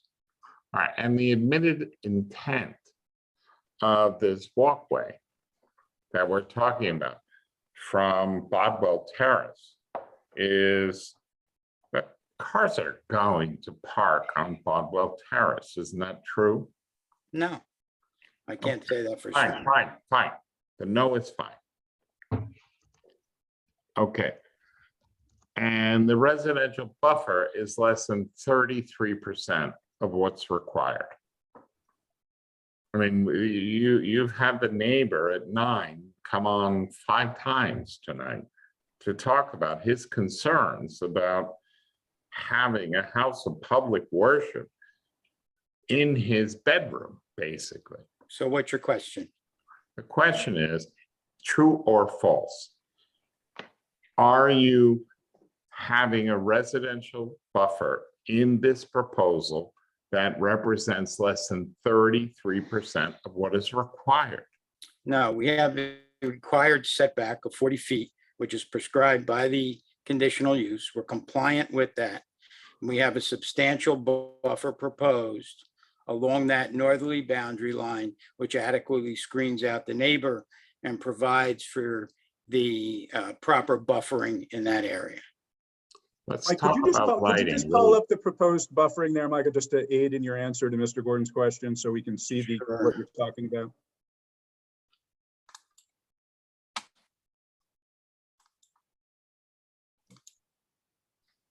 And we're talking about We're talking about, the buffer from, yes. And this is, wait, let's just make sure that, this so is, so this is a plan that has been submitted to the board with this application, right, entitled landscape plan? that's correct. And I believe we marked it as an exhibit. I don't recall which one. Yeah, I don't know if we did. Mr. Levine, do you recall that? I don't, and I'm checking my notes, but I didn't think otherwise, Mr. Simon, when you mentioned at the outset here that you thought this was going to be our first marked exhibit, and my notes didn't indicate anything. Yeah, different. I think this was submitted as part of the application, and I don't believe we was. marked it separately as an exhibit. Correct. This is drawing number 6 in this submitted set. We added some coloring to it to enhance its appearance.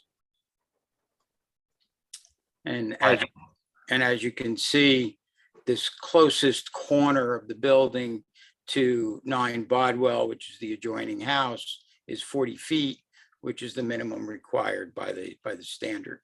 And the house is skewed further away from the line as you move towards Bodwell. And there's a large buffer proposed in the location of the house. But in fairness, Michael, there's also an additional separate conditional use standard that calls for a 25-foot buffer from the nearest residential use. 40. And so could you just, in our zoning. It's a your zoning 40-foot chart- setback. Yeah, 40-foot setback, but 25-foot residential buffer. Correct. So, and I believe your zoning chart says that it's 25 feet required with regard to that and 7.9 proposed. That's along the back corner of the property. Right, that's what I'm asking you to highlight. Not in proximity to the house. Yes, so so you can just reiterate that point if you would, just talk, what portion of that buffer, of that shared lot line has that degree of nonconformity, and how does that change as you move eastward towards Bodwell and towards the existing neighboring home? Yeah, as you move towards the existing neighboring home to the north and towards Bodwell, it increases to compliance in this area. The last, say, 1/3 along that property line. It's the back corner as well as the common boundary with the cemetery where the buffer is non-compliant. Because there's also a separate 25-foot buffer requirement applicable to the conditional use with regard to parking, correct? That's correct. And we have that, we're seeking that variance as well. And your testimony is with regard to that particular variance, it's impacting the cemetery property to the west? To the west and the backyard, the back corner of the property to the north. Not near the windows into any interior bedroom areas? No, sir. And is there an existing fence along that property line? Yes, there is. Along which property line? Along the northern property line of our site. Thank you. So I have a couple of more questions, and they're outside the scope of your testimony tonight, but they are within the scope of your earlier testimony. So your lighting. Ask for a ruling, Mr. Chairman, if that's something you're willing to entertain. Well, let's hear it. Let's see what we got. Okay. Well, I just had 2 other issues. One is the lighting issue, and the other is the steep slope disturbance issue, which hasn't come up in testimony tonight, but it came up in testimony on 2 of the 3 earlier hearings that you're taking our time to discuss. One is for the lighting. Isn't it a fact that the lighting is almost 3 times brighter than what's permitted? And that's one of the variances that you're seeking? I don't believe that's the case, but I can check. Give me a second here. I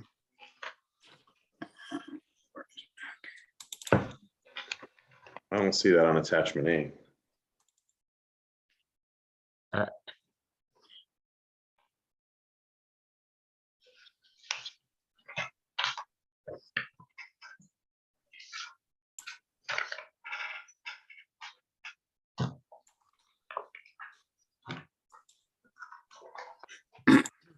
According to our lighting statistics, this is, And Michael, I'm I'm sorry, referring to page, before you dive into that, if you could just identify what you're that's what I was referring. just about to do.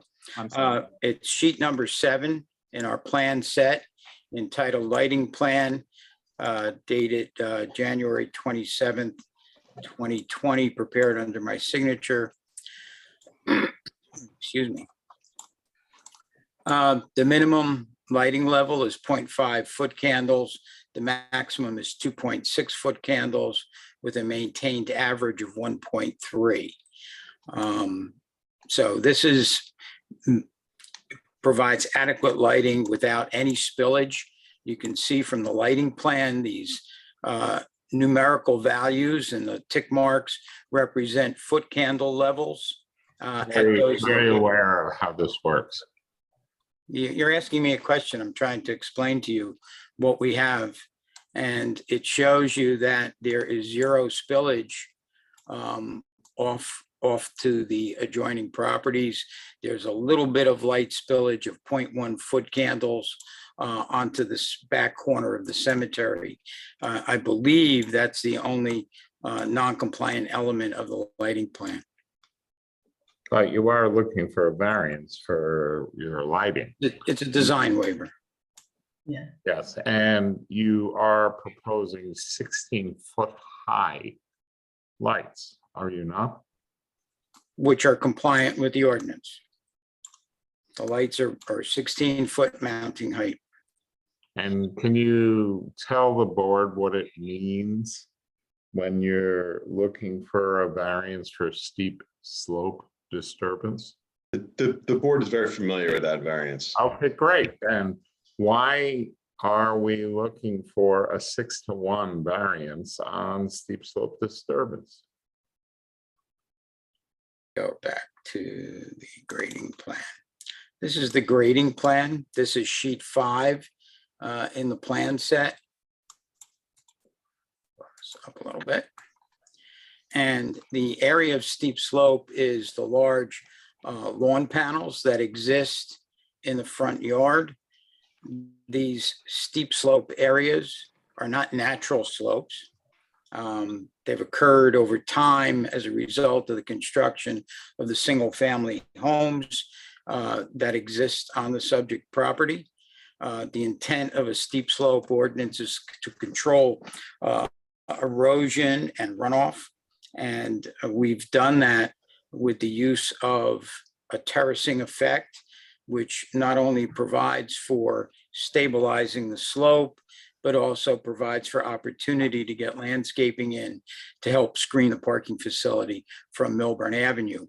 The curbing and the drainage system collects runoff, so you don't get runoff or rainfall cascading down a steep slope causing erosion. So the intent of the ordinance is met by the design, and the fact that these are not natural slopes in my mind allows for that type of deviation or variance from the zoning ordinance. How familiar are you with the actual property itself?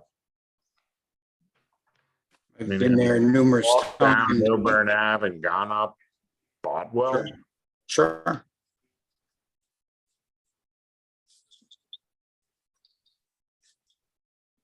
Is there a follow-up question to that? The question is, have you walked down Millburn Avenue? I said yes. He answered in the I said affirmative. yes. I'm sorry, I didn't hear that. And have you walked up Bodwell? Yes, I have. Okay, so you see it's a really residential street. Have you, when you walked up Bodwell, seen what happens on that street? Have you seen kids on the street? Have you seen soccer goals and basketball court nets and? I don't know if this is necessarily relevant to his testimony. This is it's an R6 zone. Yeah, no, but I'm talking about his, wait, whoa. I'm talking about Mr. Lanzafama's testimony. And in fact, he gave very limited testimony this evening. I'm aware that, Mr. Simon, I am. I just want this board to understand that not only has this application been before this very board in the past?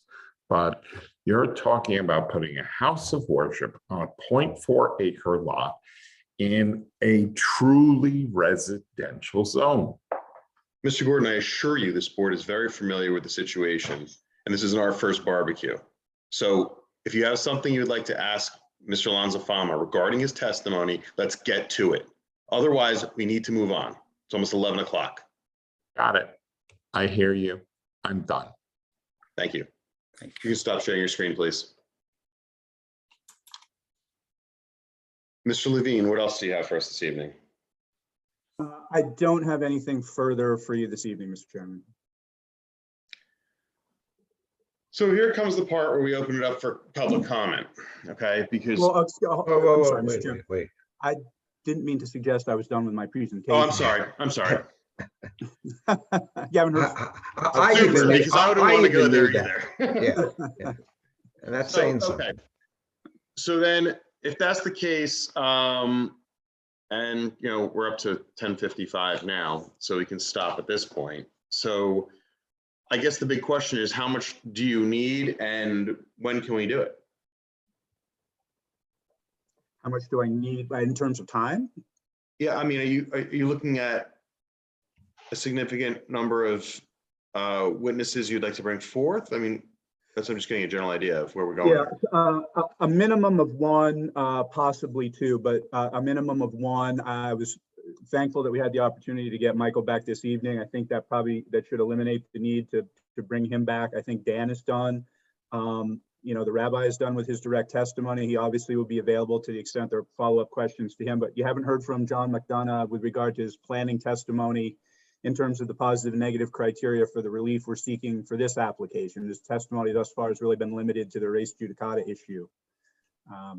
Okay, so Eileen, I mean, we're gonna have to fit you in. That's the point here. So understood. Okay, so we gave a lot of time tonight, but unfortunately we're super packed. So what's the next evening you have, Eileen? The next open agenda I have is on one of our August meetings, August 1st and August 15th.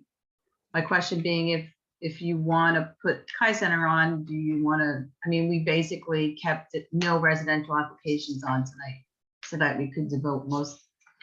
I mean, I hate to do this to you, but I don't like August for this because Okay. I'm afraid we're gonna, I mean, I know one of the dates I might have a problem with, so I'd like to not have a short board for this.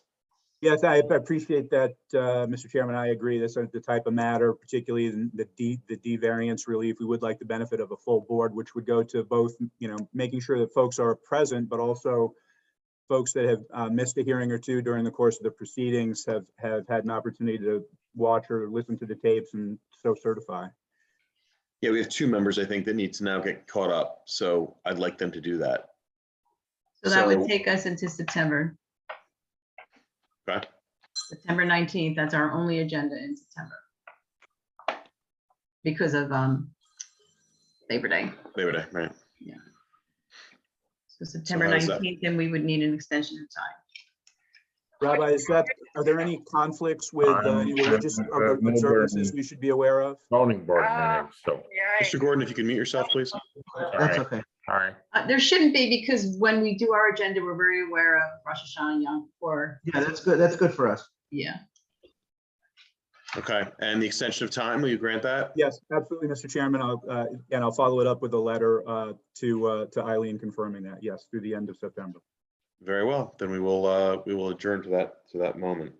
So, anything else? I do thank you. We did have the benefit of a very good chunk of time this evening. I appreciate any efforts that were made to kind of limit the residentials. And we made good progress. I do appreciate that. Super.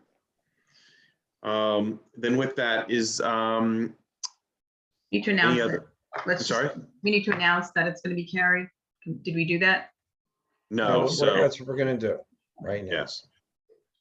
So this hearing is being carried on this application to the Board of Adjustment meeting of Monday, September 19th, 2022.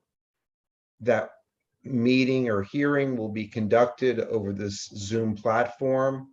no further notice will be required of the applicant. And lastly, for And, all and those in the wait, audience, what, and we're starting at 7 o'clock. right?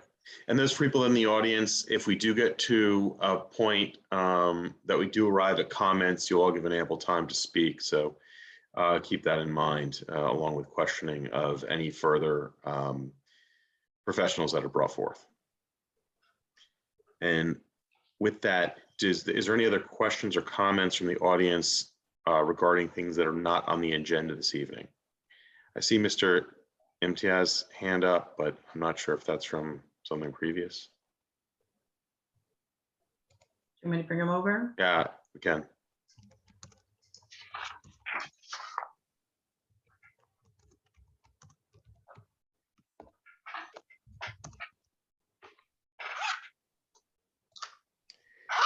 Mr. Imtiaz, I'm sorry if I overlooked you. Did you have any other comments or questions you had or comment not related to the agenda this evening?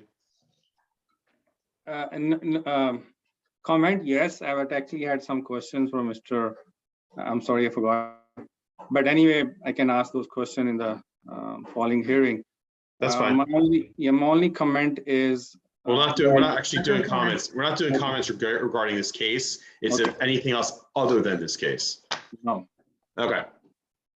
Then if that's where we're at, then can I have a motion to adjourn? I move adjournment. Thank you. Can I have a second? Second. Everyone in favor? Aye. Aye. Have a wonderful evening, folks.